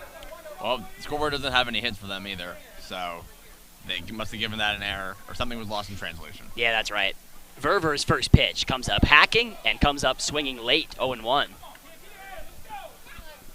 That's that first pitch changeup. He's done that a couple times now, and they've bit every single time. Yeah, we'll see if he keeps going back to it. Big lead for McDonald. Verver can't catch up, 0-2. Trey Verver's been swinging a hot bat. 365 hitter, getting on base more than half of his at-bats this season. But he's down 0-2. Struck out his last time as well. Check on McDonald, who dives back in safely. That's all the Timberwolves have had to show for themselves offensively so far against Nolan. And you'd like to see them at least work the count, get that pitch count a little higher here in the 4th inning. Turn that lineup card over. Another check on the runner. That's a sneaky move right there by Nolan. It's a good move from most lefties. They'll do that fake leg kick. They'll turn towards the catcher, and then they'll turn back towards the first baseman and fire it over. 0-2 pitch to Verver. Taken, up and away. See if this heart of the order, 5-6 coming up with Louis Alonso on deck. They both struck out in their first at-bats. Love to see them make some adjustments here in the bottom of the 4th, second time through. 1-2 is just up and away. Tough take. 2-2. Not much changing the eye level, but changing speeds, and it's effective. Nolan working a little bit more quickly now. The pitch. Down low in the dirt. Nicely blocked by the catcher, Mazak. Count full. With 1 out here in the bottom of the 4th. Timberwolves trailing 6-0.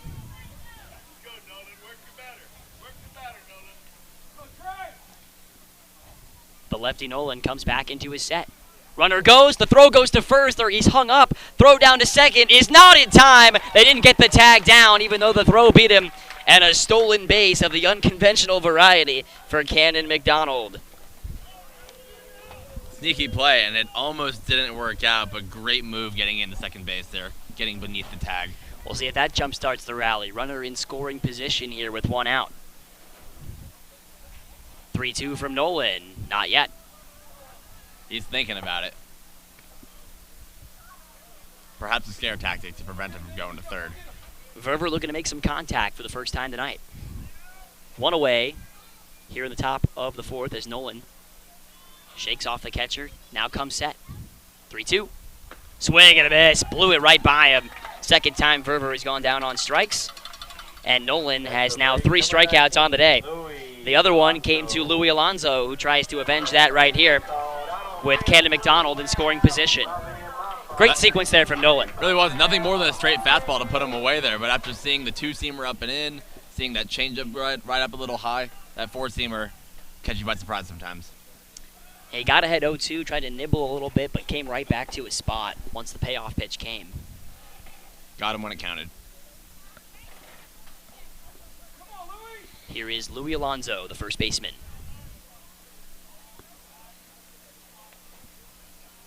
That one on the inside corner, strike one. Alonso has driven in 15 runs this year. And the story for Nick Nolan has been that first pitch strike. Getting out in front of batters has prevented batters from getting past second base. 0-1. Swing and a miss. Velocity picking up now, 0-2. Really got his eyes bigger than his stomach there. That 2-seamer ran a little bit in. He wanted all of it and got none of it. Last of the fourth, 0-2, 2 outs. Runner at second. Swinging a line drive, head out towards the left center field gap. Chasing, tracking, and making the catch out there is the center fielder, Petty. A great play on the run. Gets Georgetown out of the jam. And gets Nolan through 4 innings clean. We go to the top of the fifth. Georgetown 6, Cedar Park nothing on Vype Live.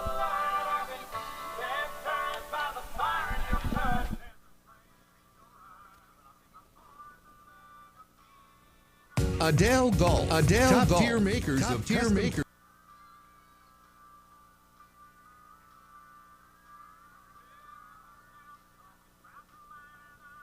With ASI Protection Services, it's always safe. It's that simple. ASI Services provides commercial and residential alarm monitoring services. ASI does the install and monitoring for way less than the large security chains. They've been in business for 21 years. ASI also offers home automation services, repair services for access control, alarms and CCTV, plus security camera installation and repair. That's ASI Protection Services. Call 512-467-2615. Austin Go-To Team Realty. If you're thinking about selling your home, now's the time. Contact Greg Oleski for a free market analysis of your home's value and take advantage of this seller's market. Whether you're buying or selling, Greg's your go-to agent for all your real estate needs. Contact him at 512-779-3767 or Greg O at AustinRealEstateExperts.com. That's Austin Go-To Team Realty.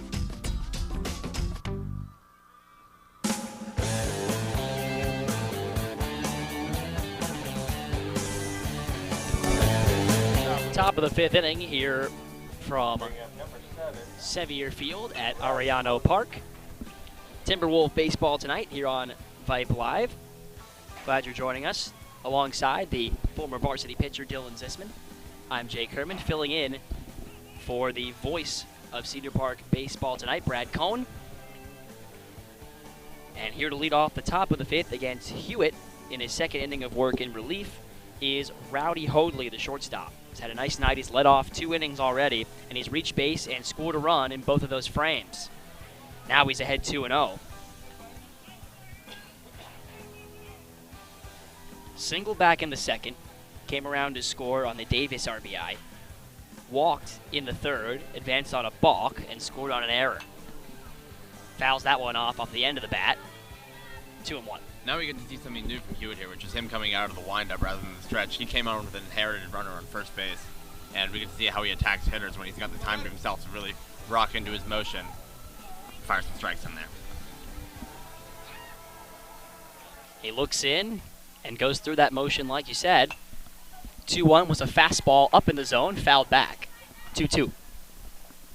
I'm kind of hoping one of these balls sneaks its way over the gate and I can Yeah. make a nice little catch. I'd love to bring home a souvenir. It would take a real looping pop-up to get a souvenir for us where we are here. And even if it came to us, there's a high chance it would knock out the camera. Wistful thinking. I think I've got the hands for it. Now, you'd hope. I surely would. Do not want to pay for this equipment. 2-2 pitch is poked out, a half swing, and that's enough to keep Hoadley alive. Good two-strike approach there. Little excuse me check swing, making sure he just puts bat on ball to see another pitch. Hewitt started the count behind 2-0 and has worked it back to 2-2. See what he comes back with here. Right back up the middle. That was a line shot from Hoadley, who is now 2 for 2 with a walk tonight. Good piece of contact there. That had a good sound. You could tell he wanted the fastball, Hewitt did, on the mound. And he got his pitch, but he just missed his spot and left it a little bit too much over the plate. Batter made him pay for it. Temperatures dipping now into the lower 80s here, as that is the 6th hit of the night for Georgetown. Eli Hellman is 0 for 2, reached on an error, and grounded out to first. 82 degrees, time to grab my sweater. Come on now. I don't call you the former varsity pitcher for nothing. It's not former sweater weather, it's baseball season. It is. Former varsity pitcher in Houston, where 82 might as well be 42. They're going to say he went around on that bunt attempt but didn't touch the ball. And so that's going to allow the runner Hoadley to advance to second base. That might be a pass ball. Unfortunate there for Birds. Might have had his, or for Bretts rather, might have had his view obstructed by the bunt attempt. 0-1. Squares around, pulls it back. Hellman tried to bunt in the second inning, lucked into reaching on an error. Part of this next man up mentality is that small ball offense where you're not trying to hit balls to the wall every time. You're trying to keep the ball in the infield and leg out a single.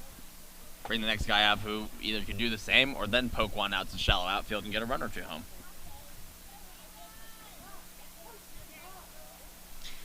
Well, already a man at second with no outs as Georgetown looks to add on to this 6-0 lead.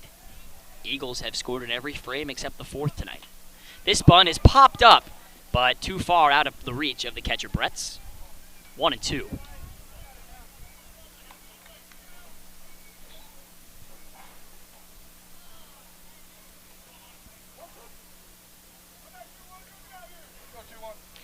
Eagles have suffered some close losses this season.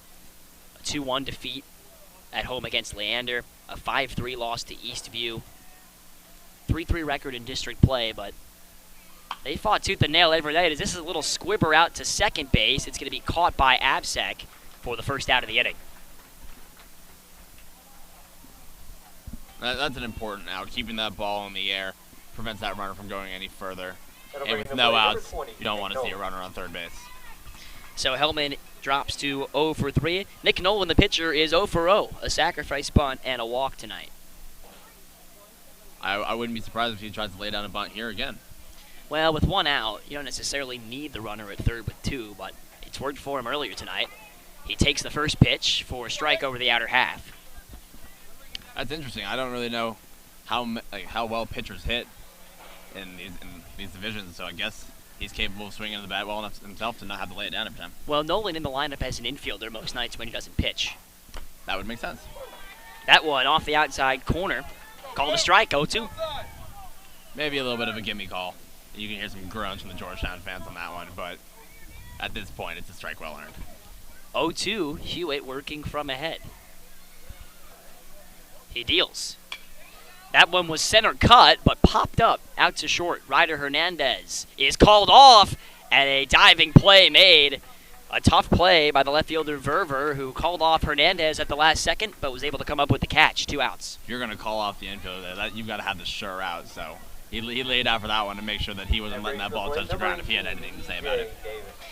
Well, an out's an out. 2 gone here in the top of the 5th. Timberwolves will take it. No matter how wonky, you are absolutely right. Out is an out, no matter how it comes. E.J. Davis is 1 for 2.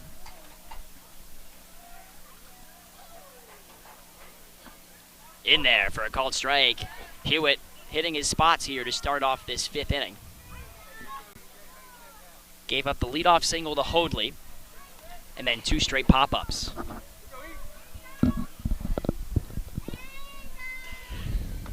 Swing and a miss. Davis can't catch up. That one was a little bit off the outside edge. 0-2, and Hewitt looking to get out of this jam. That's one of those breaking balls that starts out over the middle of the plate, and you think you've got one right down the middle, and it just spins out to the other side. Yeah, before your eyes can light up. 0-2 is up and away, 1-2. Find yourself swiping at air half a second later. Yeah, a little breeze coming in from center field now. As the night continues to just get nicer, lights take their full effect. Very few clouds in this night sky. Baseball under the lights. Nothing beats it. 1-2 pitch is upstairs. Count even, 2-2. Davis looking to turn the lineup over for Mazak, who's hit the ball hard 2 of his 3 at-bats. He's standing on deck. He awaits if the inning continues. Hewitt not looking to let that happen. 2-2, misses down low. That's a close call, and I don't want to say that's a gimme for that outside strike that got called last at-bat. Man, we don't believe in those here on Vype Live. Then I'm with you. I think that was just a close call, and we don't have the right view on it. Full count. We'll see if the runner Hoadley gets a head start. Upstairs, ball 4. So, 2 on, 2 out, and a big situation for the leadoff hitter, Zach Mazak, who's singled, scored a run, driven in a run, and lined out sharply to the warning track in right. And he's got a chance to really break this game open here in the top of the 5th. A big blow here would be tough to come back from for the T-Wolves. Really would be. This would be a nail in the coffin, for a lack of a better term. And I don't want to count anybody out of the fight just yet, even with a few more runs on the board. But coming back from 7, 8, 9 is surely more difficult than 4, 5, 6. Well, especially the way Nolan's been pitching on the other side. Exactly. That one nearly gets away. Great reaction back there by Brett, who will take this opportunity to go out to the mound. Looked like a bit of a cross up there. When the ball came out of his hand, it looked like he was a little confused behind the plate. Well, now he's going to be down in the count to Mazak, the leadoff man, who's seen a lot of pitches tonight. First time facing Hewitt, though. And that cross-up is a lot in part to having that runner on second, having to switch up the signs. A lot of catchers will switch up signs depending on what inning it is with the runner on second. Hewitt came into this outing having walked 20 and struck out 14. His control's been better tonight. 2 walks and 1 strikeout to this point. He's retired 5 batters, but now 2 on, 2 out here in the 5th. This one's hit foul, 1-1. That one almost took out a floodlight. Well, you don't want this inning to reach Zavala, who's on deck. He's reached base all 3 times tonight. Zavala with the bases loaded would spell trouble for Cedar Park. Hey, you don't want to run that back from the 2nd inning. Georgetown fans would be excited about that scenario. 1-1. Chopper towards third base. Fielded on 1 hop. Throw to second is in time. Azpek covers the base. And the Cedar Park Timberwolves are out of the jam. 2 scoreless innings in relief for Hunter Hewitt, keeping the hope of a rally alive.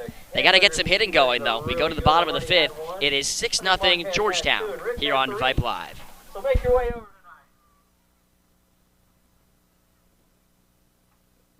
Here's what they believe at Toyota of Cedar Park. They believe in fostering relationships that are built on trust and integrity. They believe their team deserves to work in a supportive, competitive, family environment. They believe in respecting your time and intelligence, and that's why they offer an express purchase and express service. Lastly, they believe in sharing their passion with you. They're just south of New Hope Road on the southbound side of 183A. Find them online at toyotaofcedarpark.com. Austin Go-To Team Realty. If you're thinking about selling your home, now's the time. Contact Greg Oleski for a free market analysis of your home's value and take advantage of this seller's market. Whether you're buying or selling, Greg's your go-to agent for all your real estate needs. Contact him at 512-779-3767 or Greg O at austinrealestateexperts.com. That's Austin Go-To Team Realty.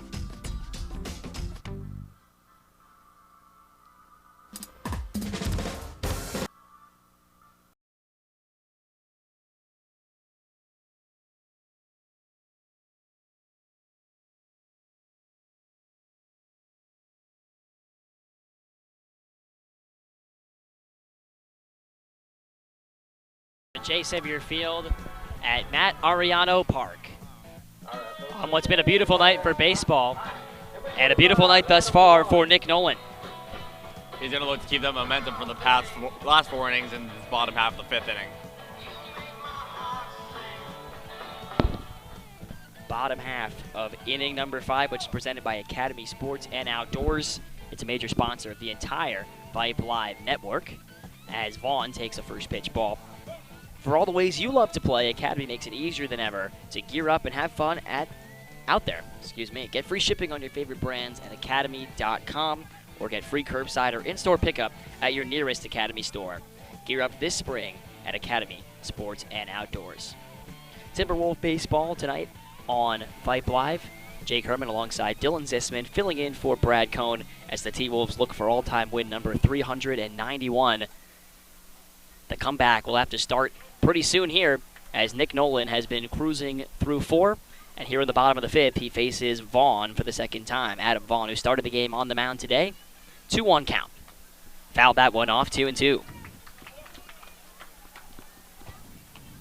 And those runs on the board are still Vaughn, so Vaughn does want to try to crack this game open a little bit, get himself on base, start a bit of a rally.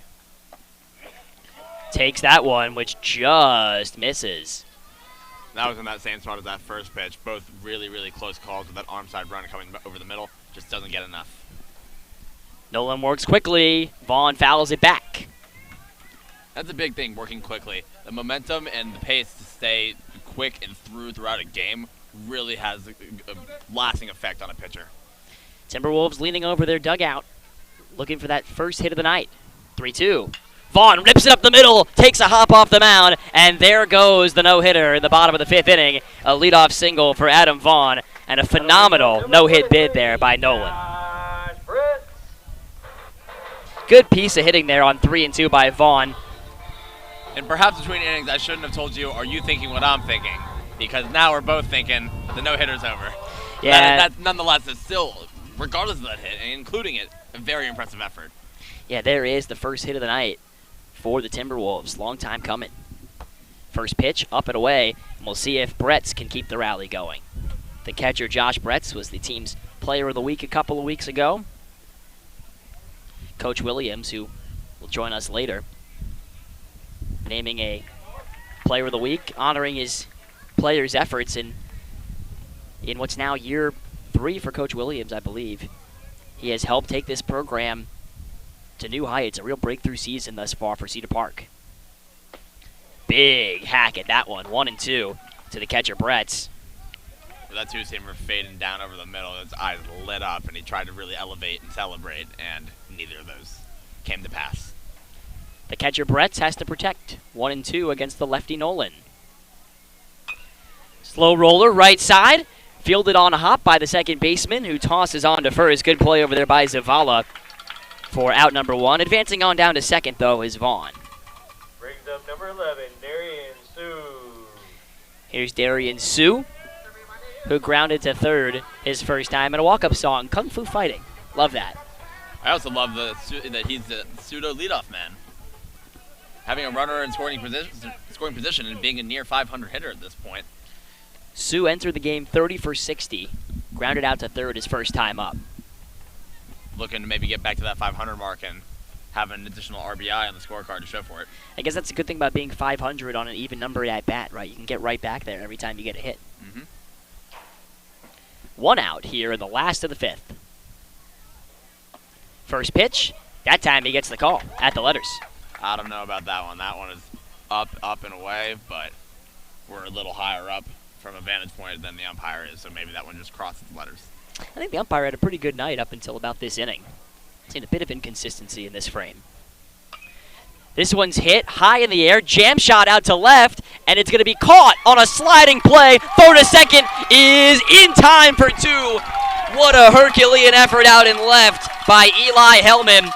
He slides to make the catch. He comes up throwing to gun down the runner, Vaughn. And the inning is over. No runs on 1 hit, no errors, and no runners left on base. Nick Nolan is through 5 with a 6-0 lead.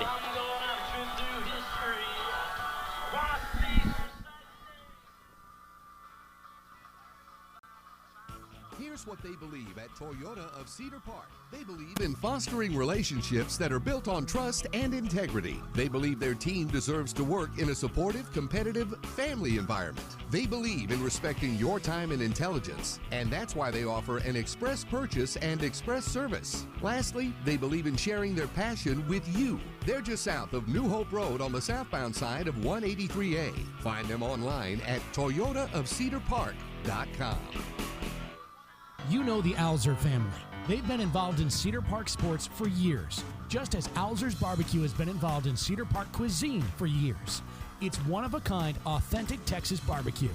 Brisket, turkey, chicken, lamb, terrific sides and sauces. It's sheer succulence. That's Alzer's Barbecue, next to the Shell Station on 1431, just east of Lakeline. Open Friday through Sunday, every weekend. Well, uphill battle for Cedar Park tonight if they want to keep their school history-making winning streak alive. Coming in with wins over Rouse, Eastview, Glen, Liberty Hill, Leander, Marble Falls, Harker Heights, Lake Travis, Austin High, Elgin, McNeil, and College Station on this winning streak. Last loss coming on March 9th against Lake Travis. A 10-0 defeat. They trail 6-0 to the Georgetown Eagles on their home diamond tonight. 0-1 the count as Hunter Hewitt works ahead of the two-hitter, Zach Zavala.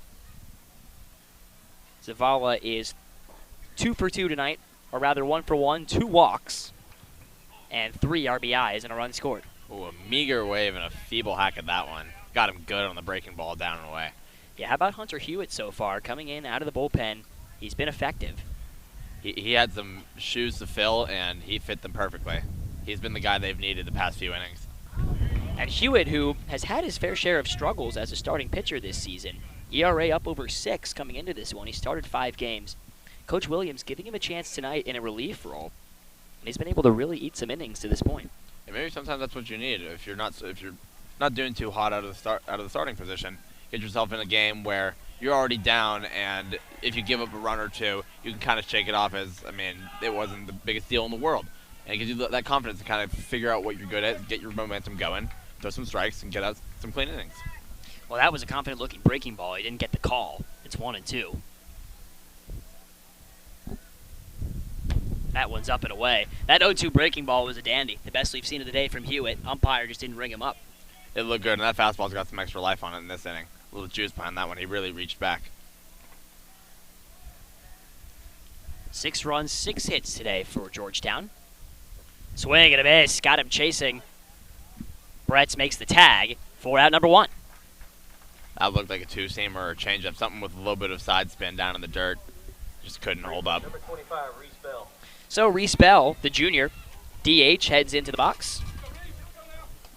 Bell is 0 for 3 today. Drove in a run. Or check that. Drove in a... Well, no, it scored on an error. My apologies. Bell rips that one up the middle, and he is 0 for 3 no longer. A base hit for Reese Bell.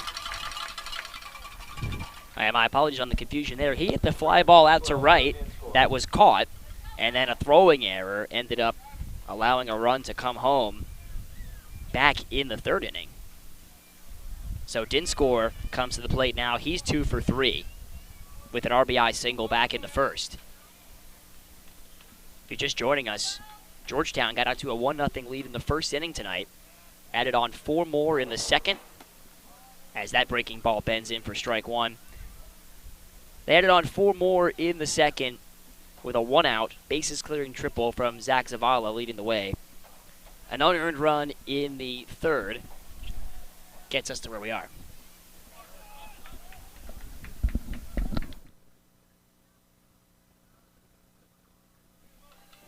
That pitch gets away, and the runner scampers down to 2nd. So 1 out, and Reese Bell moves up on the wild pitch. And with that wild pitch aside, he's really found his career, especially with that breaking ball. He's thrown a couple really, really good ones this inning, and despite that one not getting the call, the other 2 that have found the strikes in him looked really, really good. Well, he did come back and get the K, later in that at-bat. That was his first strikeout of the day, as this one's hit out to the gap in left center field. Reese Bell is going to score easily. Dinscore pulls into 2nd with a stand-up double. And the Eagles lead it by a touchdown, 7-0. They're making it increasingly more difficult for the Cedar Park team to mount a comeback. And albeit that's the first run that Hewitt's given up today, so he's done a good job through the past 3 innings, especially when he started with an inherited runner. The fact that this is the first guy to come around is a credit to his abilities to maintain a low-scoring game for at least the time he's been on the mound. So Dinscore drives in a run for the second time tonight. He is now 3 for 4. And here's a guy looking to get off the schneid. Silva is 0 for 3.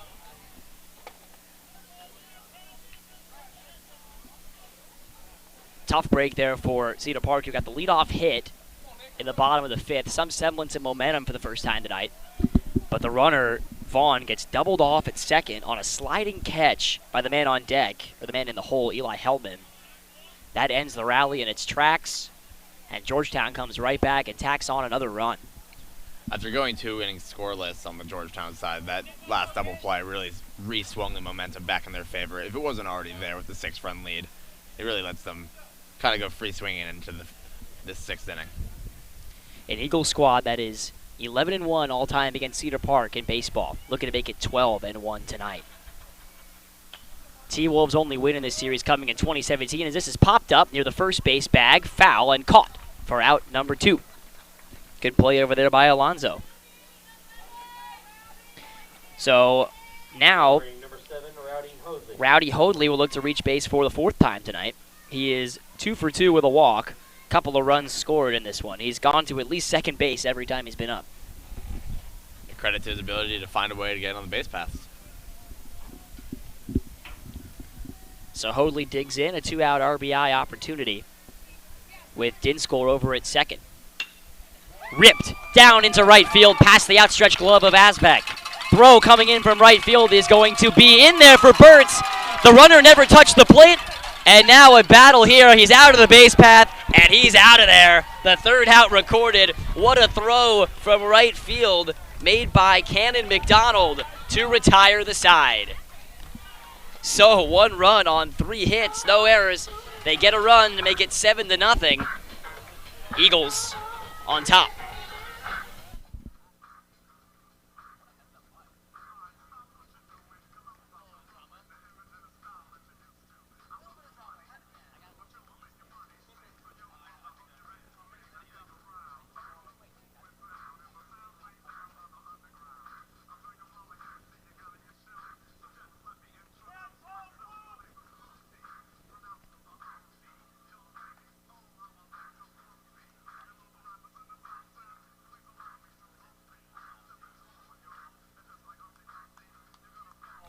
Pitching change to tell you about for the Georgetown Eagles.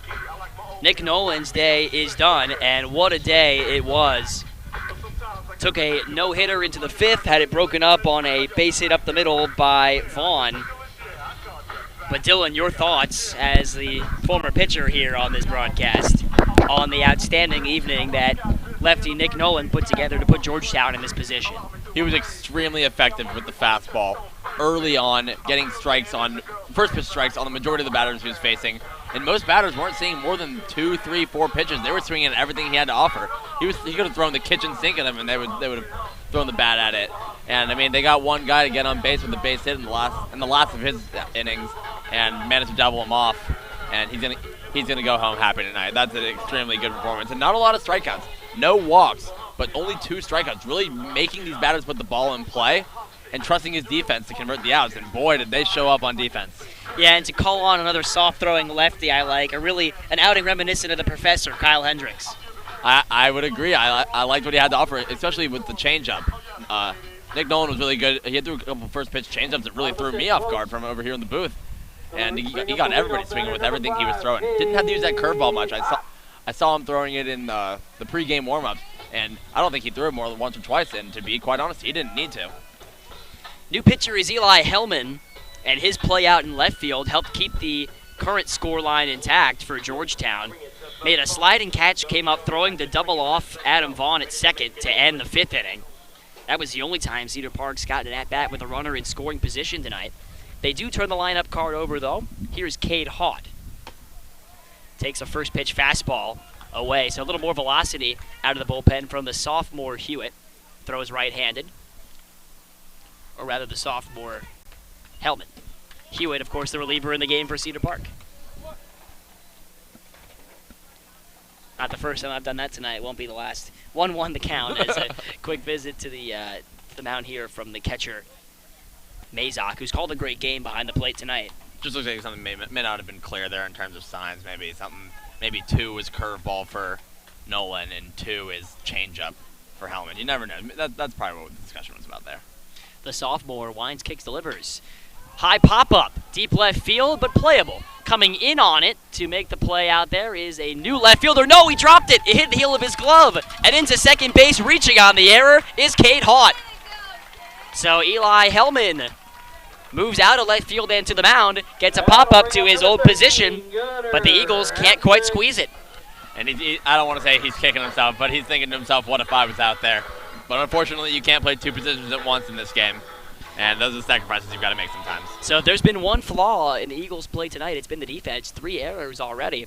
That'll bring up Gunnar Absek, who is 0 for 2. Flew out to left 3 on their last time. scorecard, 4 on ours. That's right. Absek flew out to left field his last time up. Grounded to short his first time, so he's pulled the ball twice. Maybe he was out in front of the pitches a little bit against the soft-throwing lefty. First pitch in there for a called strike. And Hellman's surely not too pleased with that mistake in left field. Coming back, firing strikes out of the gate. Shows mental fortitude. Yeah, Hellman having to work around the leadoff error. A 2-base error at that. It was a shallow fly ball. As a long pause here before the 0-1. Runner goes. Bunt is laid down right back to the pitcher, Hellman. He's got one play. It's to first, and they make it. Cedar Park dugout is screaming that maybe the first baseman came off a little early there, but didn't score, is able to get the out. So a ground out, 1-3. It looks like they're going to talk about this one a little bit. And now the home plate umpire is coming over. There's a chance that the runner was off the bat. The first baseman was off the bag there. Absek has not left first base. Let's see what the call is here. Call stands. Yeah, I'm not too surprised there. That was more of between the umpires. Hey, did you see what I see? Yeah, let's have the coaches get their 2 cents in so they go home a little bit less upset about that out. And hey, he got the run over. He did his job with the bunt. Yeah, the sacrifice bunt moves over Haught. And here's Ryder Hernandez, who's hit the ball hard twice, both times to left field. This is the first runner they've had on third all game. Greatest opportunity for them to score. First pitch inside. Hernandez crowding the plate a little bit, and he's ahead 1-0. Cade Haught, the runner at third, reached on the error in left. It was a high pop-up. The left fielder first went back. First step back is what they teach, but then the ball landed in front of him. And that one comes in and hits Hernandez. And that looks like he's hurt. Tosses the bat away with a bit of anger, but Hernandez is aboard for the first time tonight. Hernandez, that's the 3rd time he's been hit by a pitch this year. Up next, Cannon McDonald, coming in with a .453 average. He leads the team in slugging percentage, and there'd be no better time for a big fly than right now. Yeah, that first pitch and that last at-bat looked like it hit Hernandez, and I'm not too surprised they tried to go back on that inside pitch, and I'm not surprised that they nicked him either. McDonald 0 for 2. He's reached on 2 errors tonight. And now a pause as the call came from the dugout to step off. A little bit of an eerie quiet here over the ballpark. Runners on the corners. 1 out, bottom 6. That one's high and tight. And that's some heat coming off the right arm of Hellman. Much harder throwing than his predecessor, the starting pitcher, Nolan. If you're the batter, whether you've got an elbow guard or not, you do not want to see that ball coming up in and tight on you, especially with the type of velocity that this guy's throwing. Pickoff attempt at first. That was close. Hernandez dives back in safely. Little fire from the pitcher's mound going over to first base. That was just as hard as he's been throwing to the catcher. Yeah, good move to go to the hard-throwing righty just after the lefty Nolan dominated for 5 innings. It's a big change of pace. Another throw over, and that time it was another bang-bang play. It's like bringing in a Roldis Chapman after having, he gets Kyle Hendricks on the mound, for lack of a better, maybe Craig Kimbrell after bringing in Hendricks for a comparison. 1-0. Bunt attempt is popped foul into the screen. And fortunately at that. That's a pretty smart decision. With the 4-hole hitter up, you're not really expecting him to bunt. They've got the infielders all back, expecting him to swing the bat a little bit and try to lay one down and squeeze a runner home. Catch a lot of guys off guard. Yeah, Coach Lanny Williams throwing in a little bit of a wrinkle there. Another close play over at first, and Hernandez has come on now. I can't catch a break, get plunked by a fastball, and then have to get diving back over and over again. 1-1. It's an armful of baseball and a mouthful of dirt. Inside, 2-1. That one almost got him too. Hellman not afraid to work the inner half. These batters aren't afraid to shy away. They'll take the 90 feet out of it. Runners on the corners with 1 out. Bottom of the 6th, Cedar Park looking to get on the score sheet. That one paints the outside corner on the black, 2-2. Ooh, and an errant throw almost gets away from the pitcher there. Hellman fielding his position as he's done well all night. A bright spot on this defense, if you will. 2-2. Not before another pickoff attempt. This time Hernandez is back in standing. That one's just a check move. It's like, hey, I'm still thinking about you, but it lacked the fire that some of those other throws have had that have resulted in closer plays. Swing and a miss. Got him chasing a pitch down. And a big strikeout there for Hellman, who bounces back from the hit by pitch to retire McDonald. Murray Robinson. And now a substitution for Cedar Park as Murray Robinson will get to the plate for the first time tonight. He hits in the 5 spot, which was taken by Trey Verber, a lefty here, getting his chance against the righty. First pitch, up in the zone, strike 1. Robinson has driven in 3 runs this year, 2 for 13 in his plate appearances. Takes that one up high, 1-1, count even.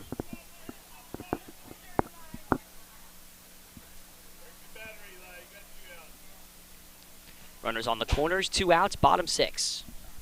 Robinson takes upstairs. The sophomore Hellman trying to work around a leadoff 2-base error that got Cade Haught aboard. He's at third. Ryder Hernandez is at first after being hit by a pitch. Robinson can't catch up to the heat. 2-2 on the pinch hitter. Tough spot here to come in a pinch hit opportunity with a runner on third and 2 outs. Really want to get your money's worth for the at-bat you're getting.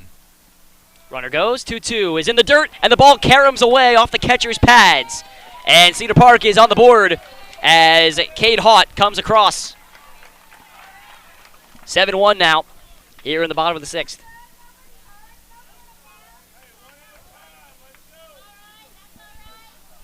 So the shutout broken up by a wild pitch. Hellman tries to regroup here for the 3-2 to Murray Robinson. First, a quick check on Hernandez, who advanced to second on the wild pitch. And just being in the batter's box when that runner comes across is a job well done in and of itself. 3-2, up and away, ball 4. Good at bat by Robinson, coming in as a pinch hitter. That'll bring up number 19, Louis Alonso. And a chance for Louis Alonso to help Cedar Park draw closer. 2 on and 2 out. Perhaps a late rally opportunity with 2 outs in the top of the 6th. Looks like we have a pinch runner. Bottom of the 6th. Sorry to cut you off there. Looks like we have a pinch runner over at first.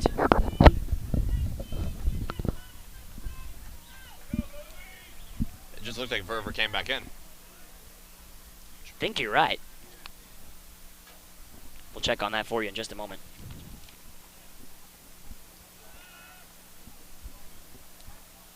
Alonso is struck out and fly to center tonight. Both times against the starter, Nolan. Hellman's first pitch right down the pipe. 0-1. Little late life on that one, wouldn't you say? A little bit of late life and also a little bit of some tail on it. Perhaps a 2-seamer coming out of the hand. Hellman.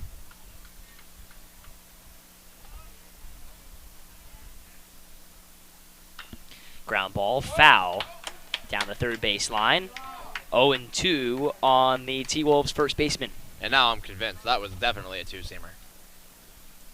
Yeah, running a right-handed pitcher. Running arm side. Yeah. Running in on those righties. perhaps the reason he jammed him there. To back you up a little bit. Target down and away on 0-2. Pitch misses there, but had one to waste. And that's a pitch we haven't seen either. That was a slider. That's the first breaking ball he's thrown. The sophomore mixing up his stuff. Trying to work his way out of trouble here in the 6th, where one unearned run has already come across on the wild pitch. 1-2. Alonso hits it down the third baseline. Foul by about 2 feet, maybe more. Close call, and third base coach almost made a nice barehanded grab over there. Maybe perhaps a little bit hesitant to reel that one in. It had a little bit of life on that. Would have left a stinger in the hand. Alonso trying to help the T-Wolves climb back into this one. Big at bat. With Hernandez at second, Robinson's pinch runner at first. And 2 away in the last of the 6th. Swinging a fly ball hits a center field. Backing up for it is Petty. He reaches up and makes the catch to retire the side. Cedar Park scratches across an unearned run, but the sophomore Hellman is able to limit the damage. We go to the 7th and final inning.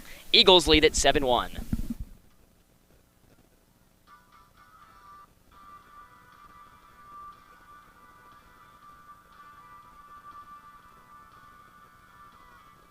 With ASI Protection Services, it's always safe. It's that simple. ASI Services provides commercial and residential alarm monitoring services. ASI does the install and monitoring for way less than the large security chains. They've been in business for 21 years. ASI also offers home automation services, repair services for access control, alarms and CCTV, plus security camera installation and repair. That's ASI Protection Services. Call 512-467-2615.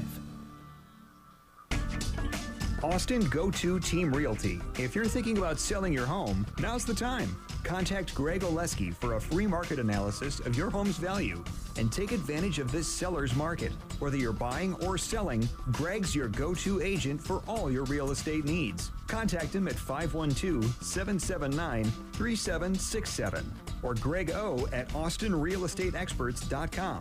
That's Austin Go-To Team Realty. Thundercloud Subs is a neighborhood sub shop with a rich tradition of good-natured people serving fresh, fast, and healthy food in a quirky and fun atmosphere. Founded in Austin in 1975, Thundercloud has the simple philosophy of selling a great sub at a reasonable price with superb ingredients, scratch-baked bread, meats, cheeses, and produce sliced fresh every day. All these ingredients come together to create the one and only Thundercloud Sub at 4 Points and at 700 East Whitestone in Cedar Park. The pitcher Hellman in to lead off the top of the 7th inning as Hunter Hewitt enters his 4th inning, of relief work.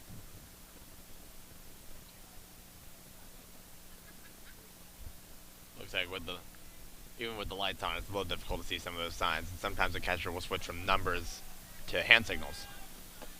First pitch fastball in there for strike 1.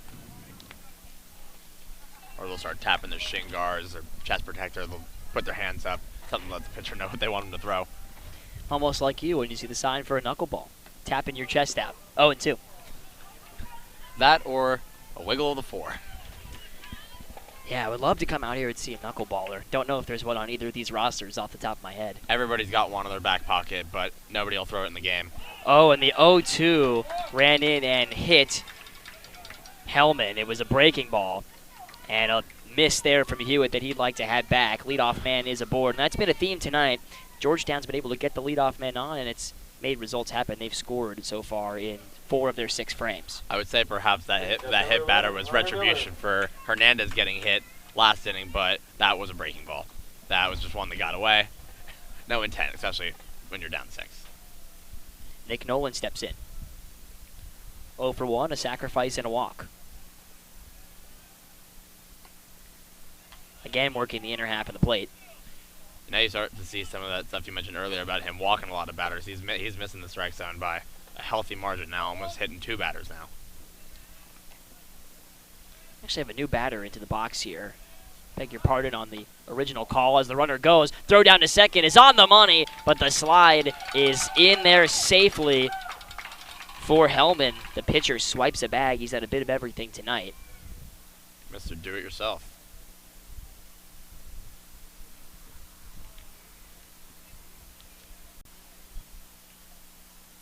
So Nolan, his night is done. The new batter at the plate is, I believe, the man who subbed into left field last inning, Gabriel Watson.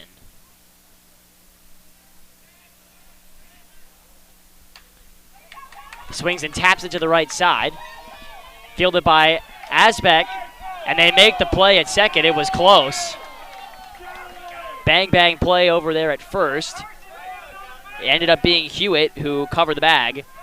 And Hunter Miller, number 11 there, was the batter, and he has been retired. Now the Georgetown coach is out to argue this one and tell him to appeal the call. Looked pretty close from here. Close play. I couldn't really see the flurry of bodies going over there by first base. So yeah, the two Timberwolves trying to cover the bag helped it out, and the call is safe at first. And so Hellman aboard at third. Hunter Miller is aboard at first. I believe they'll score that one an infield single. And now Coach Williams is out there saying, how are you overturning that from behind the plate? From where both those umpires were stationed, it's anyone's call. And it was really, really close. So there must have been something there that definitively allowed them to change that call.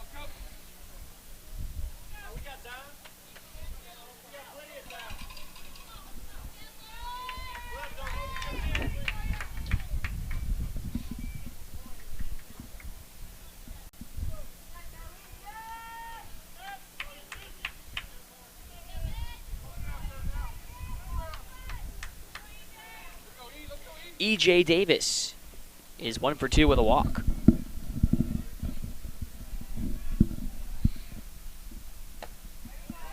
First pitch misses upstairs.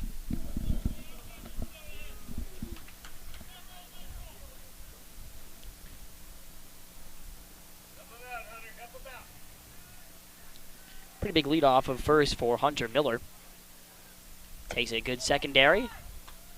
Play was on there to fake the throw to first because the runner at third, Hellman, was creeping ever closer to the plate. Yeah, just a little bit of a scare tactic. You'd imagine that if this runner on first takes off, they're not going to throw it down there. Still nobody out here in the top of the 7th. 2-1 the count now to E.J. Davis, the 9-hitter, playing right field tonight. Hasn't gotten too much action out there. No, Nick Nolan did a great job of keeping the ball in the infield when the ball did leave the bat, and when it did, it ended up in the first baseman's glove. This one's popped foul, and the count will go even, 2-2.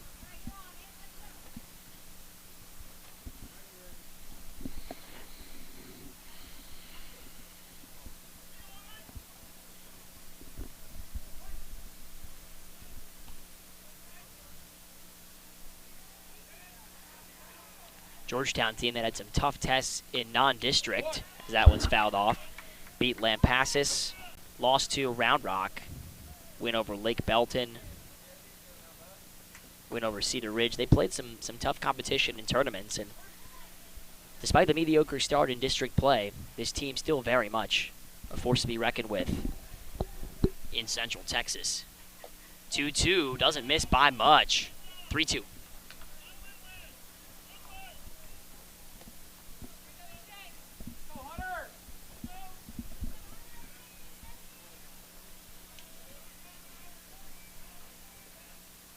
Full count.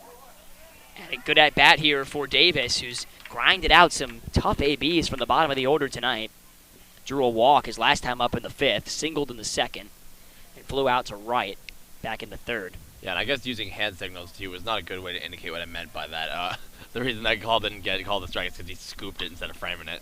It looked like he just couldn't bring it up in time. Yeah, he hits it the opposite way to right. Runner's going to try to tag. McDonald throws in. The relay is not going to get there in time. It gets to the backstop, and the other runner at first, Miller, will advance on the throw. Sacrifice fly. E.J. Davis drives in a run, and Georgetown gets some more insurance.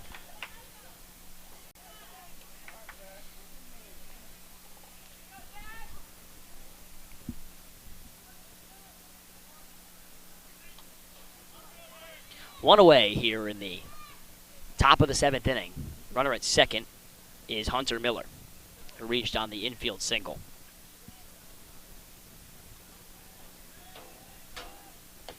Big hack at that fastball up. It was elevated, and Mazak wanted to hit that one over the wall. Yeah, I think at this point, you see a pitch you like, you want to pull the trigger. You're not going to lose out on anything by swinging your heart out. 0-1. Breaking ball is belted into the gap. That one was center cut, and Mazak didn't miss it. Coming around third base to score is Miller, and it's an RBI single. The line keeps on moving. It's been all Eagles tonight. Next man up, he tried to swing for the fences on one, and then he found one he liked, and he just flared a single out into that right center field gap, and that's really all you need. Great piece of hitting by the leadoff man, who is now 2 for 5 today, his second hit. Coach Williams coming out here to potentially take the ball from Hewitt.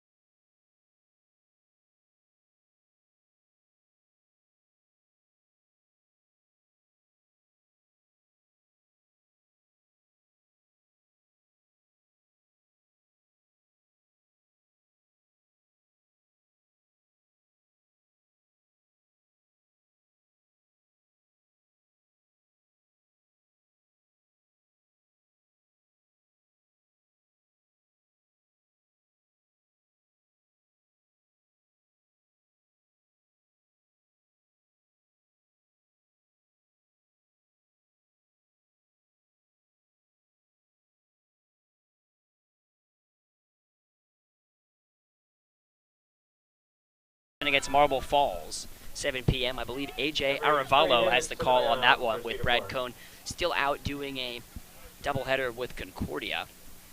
Wishing him the best. And thank you for his help with tonight's broadcast. Here's Zavala.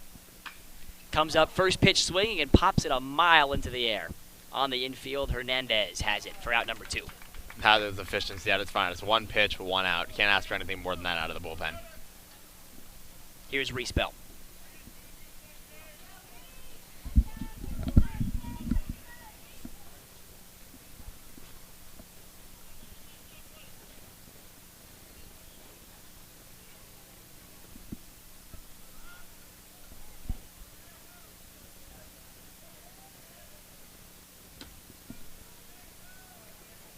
Hibbets misses outside there. Looked like the slider. Hibbets this season, 24 innings pitched, mostly in relief. He's appeared in 8 games, started just 1. 3-0 record as a snap throw will not get him in time. 3-0 record for Hibbets. He has struck out 22 and walked just 6. ERA of 3.4. Looks like he's good at holding the runner as he gets on, preventing them from scoring, and then keeping his team in the ball game going late into the games. This is a chopper to third, fielded nicely on a hop. Haught comes up throwing, and Cade Haught makes the play. That'll retire the side. Georgetown tacks on a couple more runs of insurance. Cedar Park chasing 8 in the bottom of the 7th.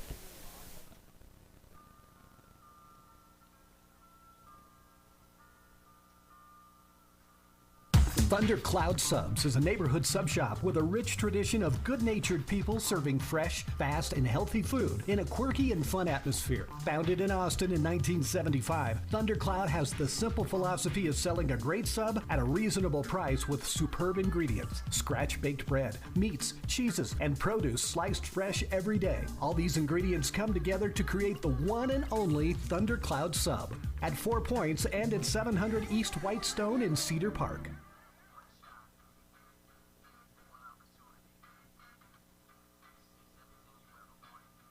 With ASI Protection Services, it's always safe. It's that simple. ASI Services provides commercial and residential alarm monitoring services. ASI does the install and monitoring for way less than the large security chains. They've been in business for 21 years. ASI also offers home automation services, repair services for access control, alarms and CCTV, plus security camera installation and repair. That's ASI Protection Services. Call 512-467-2615. Vype Live, formerly KMAX Sports, one of the largest broadcast networks in Texas and the nation. Check us out at VypeVype.com. Vype is the leader in high school sports broadcasts. We've been doing it for 15 years. 13, not yet, another reverse, breaking tackles, dives to the end zone, touchdown Rangers. 16 seconds, really close at the corner. Rotates to Wilson, she fires the 3. Oh my God, it went in! Cavaliers pull ahead by 1. Log on to VypeVype.com. Here's what they believe at Toyota of Cedar Park. They believe in fostering relationships that are built on trust and integrity. They believe their team deserves to work in a supportive, competitive, family environment. They believe in respecting your time and intelligence, and that's why they offer an express purchase and express service. Lastly, they believe in sharing their passion with you. They're just south of New Hope Road on the southbound side of 183A. Find them online at Toyota of Cedar Park.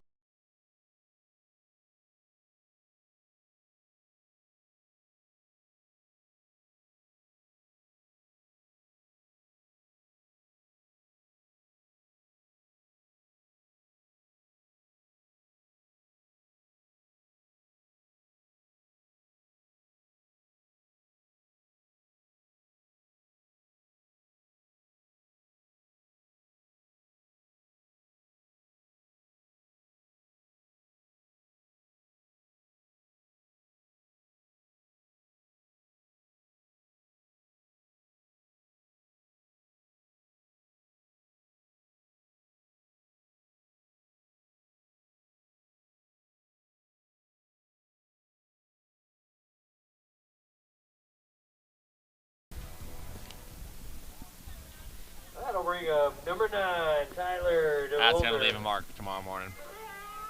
New batter into the game for Cedar Park. Brett will be pinch hit for. Tyler DeVolder will get a chance here at the plate. 4 for 10 this season. Take me out to the ball game. Nice walk-up music. I like this. So DeVolder digs in.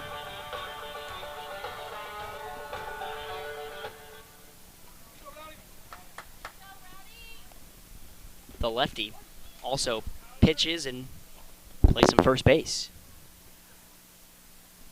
Vaughn aboard at first. The pitch. Hoadley pumps it in there for strike 1. That's a weird sequence in terms of balls and strikes. He goes fastball, strike, fastball, hit batter, fastball, strike. It looks like he's found his groove again now. Looks like another substitution getting ready on deck for Coach Williams as he looks to get some guys some ABs late in this one. That looks to be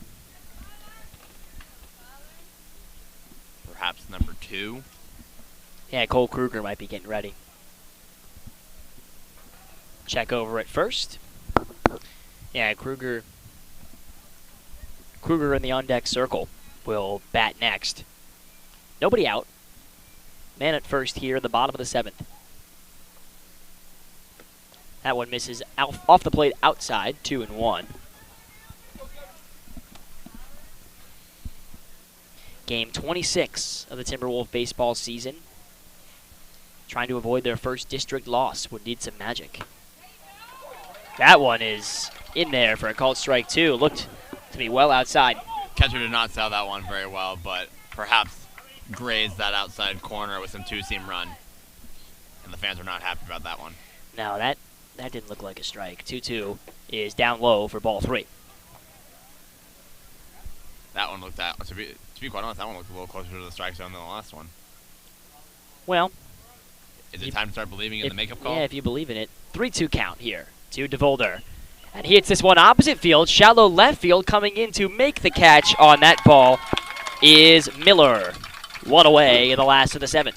Good to see him actually put the ball in his glove. Number 2, Cole. Yeah, Miller redeems himself after the earlier error. And Cole Kruger gets a chance batting in Darian Sue's spot.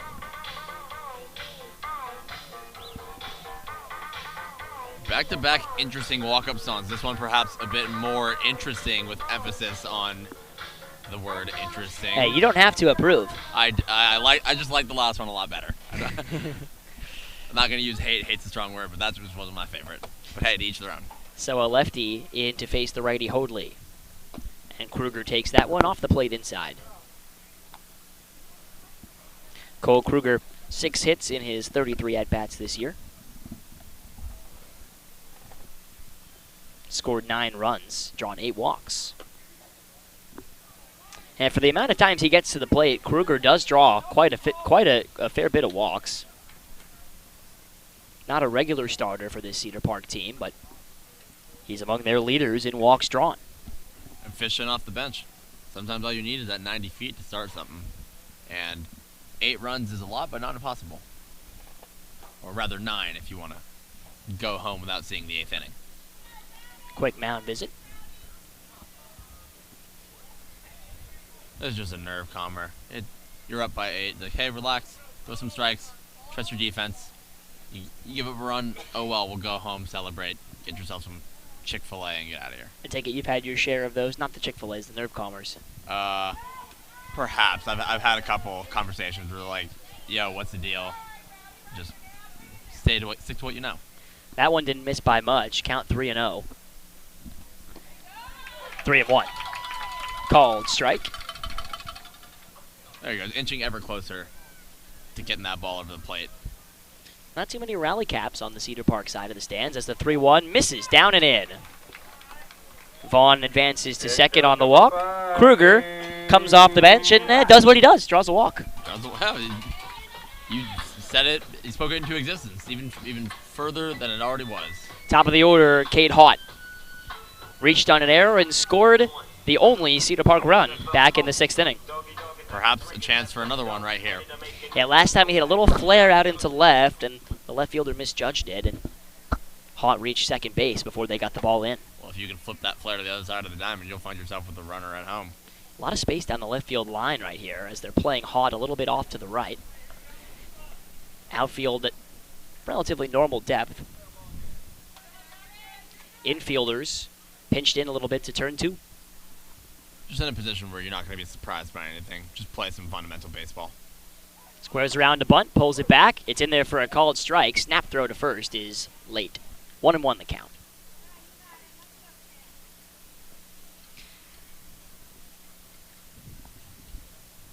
And now a pinch runner.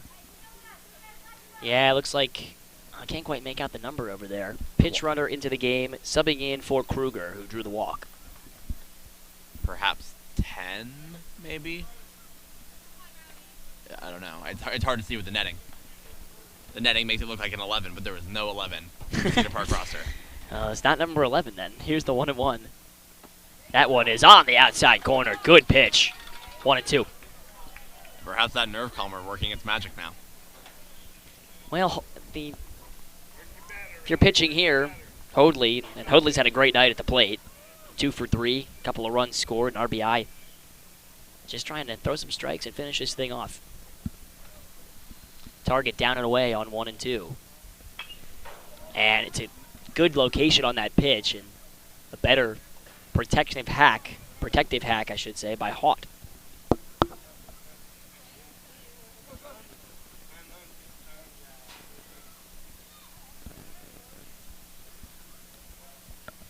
Here's the 1-2.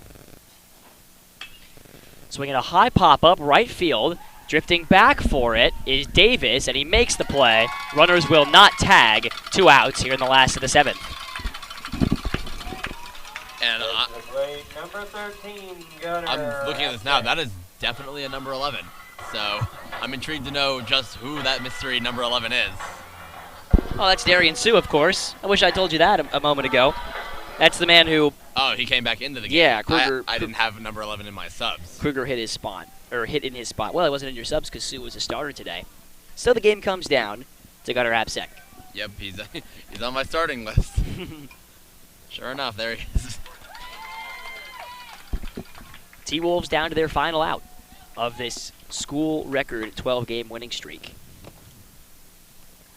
One of the last times they might be able to say that, but should still be in a pole position here in this district, 25-5A, as that one misses outside. But for Georgetown tonight, they make up some ground, improve to 4-3 in district play if they're able to get this last out. Perhaps reinforcing that narrative, they've got their number in the baseball department. And looking to make it 12 for 13 against Cedar Park. 1-1. Misses inside.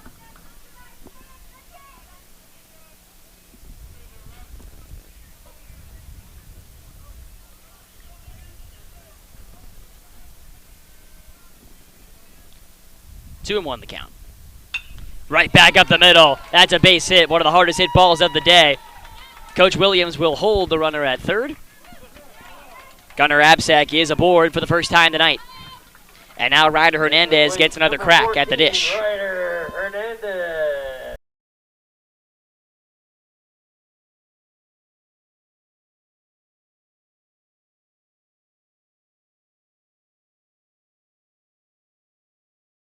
Sacks full for Hernandez. Future Texas State Bobcat signed his letter of intent this week. Trying to bring the Timberwolves a little closer. Takes that one that looked off the plate. Perhaps stealing a strike there.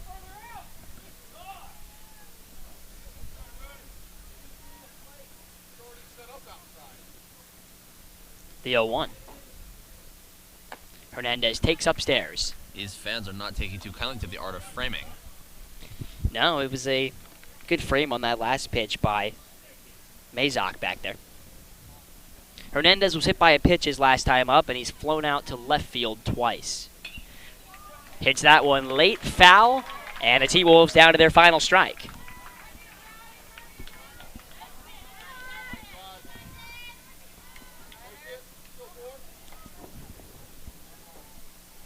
Hoadley working from the windup with the bases loaded. 1-2 upstairs.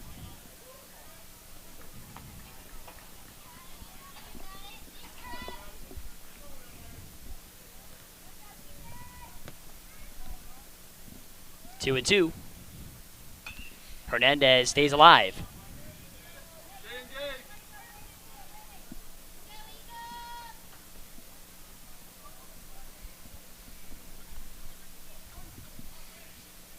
Ryder Hernandez, ready to see his 6th pitch of the AB. Slow roller, foul. It hit off of his foot. And that could, I take that back. I was going to say that could have brought a run across, but there are 2 outs. There are 2 outs, and Hernandez has taken a beating tonight. He's had to slide into first, dirty uniform. Been hit by a pitch. Yeah, been hit by a pitch. Looking to keep this game going. 2-2. Fouls it off, protecting the outer half. Staying in the fight. Nobody wants to be the last out. And when the base is loaded, rather be a hero. As a Washington Nationals fan, I love that. Stay in the fight. Cedar Park scratching and clawing till the last out tonight. They have only 2 hits, but they're looking to add to their run total. The wind and Hoadley's delivery. Hernandez rips it down the third baseline, foul. Would have cleared the bases. With that stay in the fight that I mentioned earlier, that was a direct credit to your Nats fandom. That's why I said it. Well, good thing I picked up on that. I don't pick up on much. I can't pick up on that. It's okay. I don't pick up on a lot of things either. 2-2. 8th pitch of the at-bat coming. Hernandez pops it up on the infield. Shortstop over to make the play. It's actually caught at third, and that's going to do it. The Georgetown Eagles come into Cedar Park and knock off the district leaders by a final score of 9-1. The 12-game winning streak is over for Cedar Park. It's time for them to start a new one. Academy Sports and Outdoors is a major sponsor of the entire Vype Live network. For all the ways you love to play, Academy makes it easier than ever to gear up and have fun. Get free shipping on your favorite brands at academy.com or get free curbside or in-store pickup at your nearest Academy store. Gear up this spring at Academy Sports and Outdoors. And so the Cedar Park Timberwolves fall in Game 7 of their district campaign to the Georgetown Eagles. Your final score, once again, 9-1. Their record now stands at 20-4 and 6-1 as they're halfway through district play. Eagles advance to 15-8 overall, 4-3 in district as they try to climb back up to their familiar place near the top of the standings. These two teams could go toe-to-toe as this season comes down the wire to see who captures that district crown. The school record 12-game winning streak is history, but it is time to start a new one, and they can start one tomorrow on the road at Marble Falls. Brad Cohn cannot join you. He's got a Concordia doubleheader to work, but A.J. Aravello will be giving you the play-by-play from Marble Falls tomorrow, the first pitch at 7 o'clock. Special thank you to our whole Vype staff, our operations director, Merle Bertrand, to our QA for this game, Randy Fry, and our technical support officer, Suna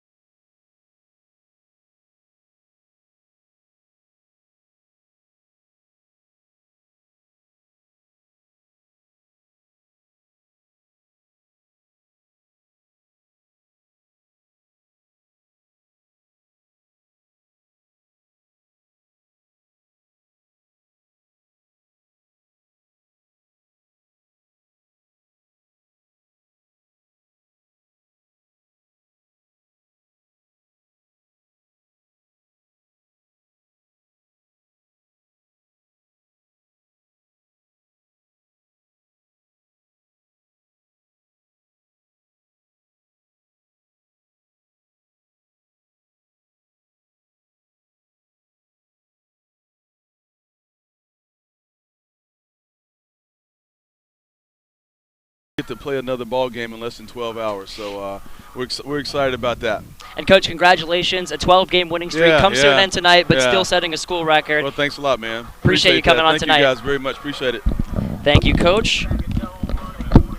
That was Coach Lanny Williams, and his team will be back in action tomorrow night against Marble Falls, again, 7 p.m. First pitch on that one. Dylan, thank you for coming out tonight as well. Any last words from you? Had fun out here. It was a great game. I mean, it didn't go in the way of the home team, but couldn't have been a better day for baseball. And I came into this expecting a pitcher's duel, and while we got it on one side, I love seeing runs come across. It was a fun game. Thanks for having me out. Well, and a special thank you to Brad Cohn, the voice of the Cedar Park Timberwolves, who greatly helped on this broadcast, as well as the entire Vype crew, who we already thanked right after that final out. On behalf of Dylan Zisman, my name is Jake Herman. So long for now. We will see you next time. Tomorrow night, Cedar Park baseball back in action, 7 p.m. against Marble Falls. Have a good Friday night.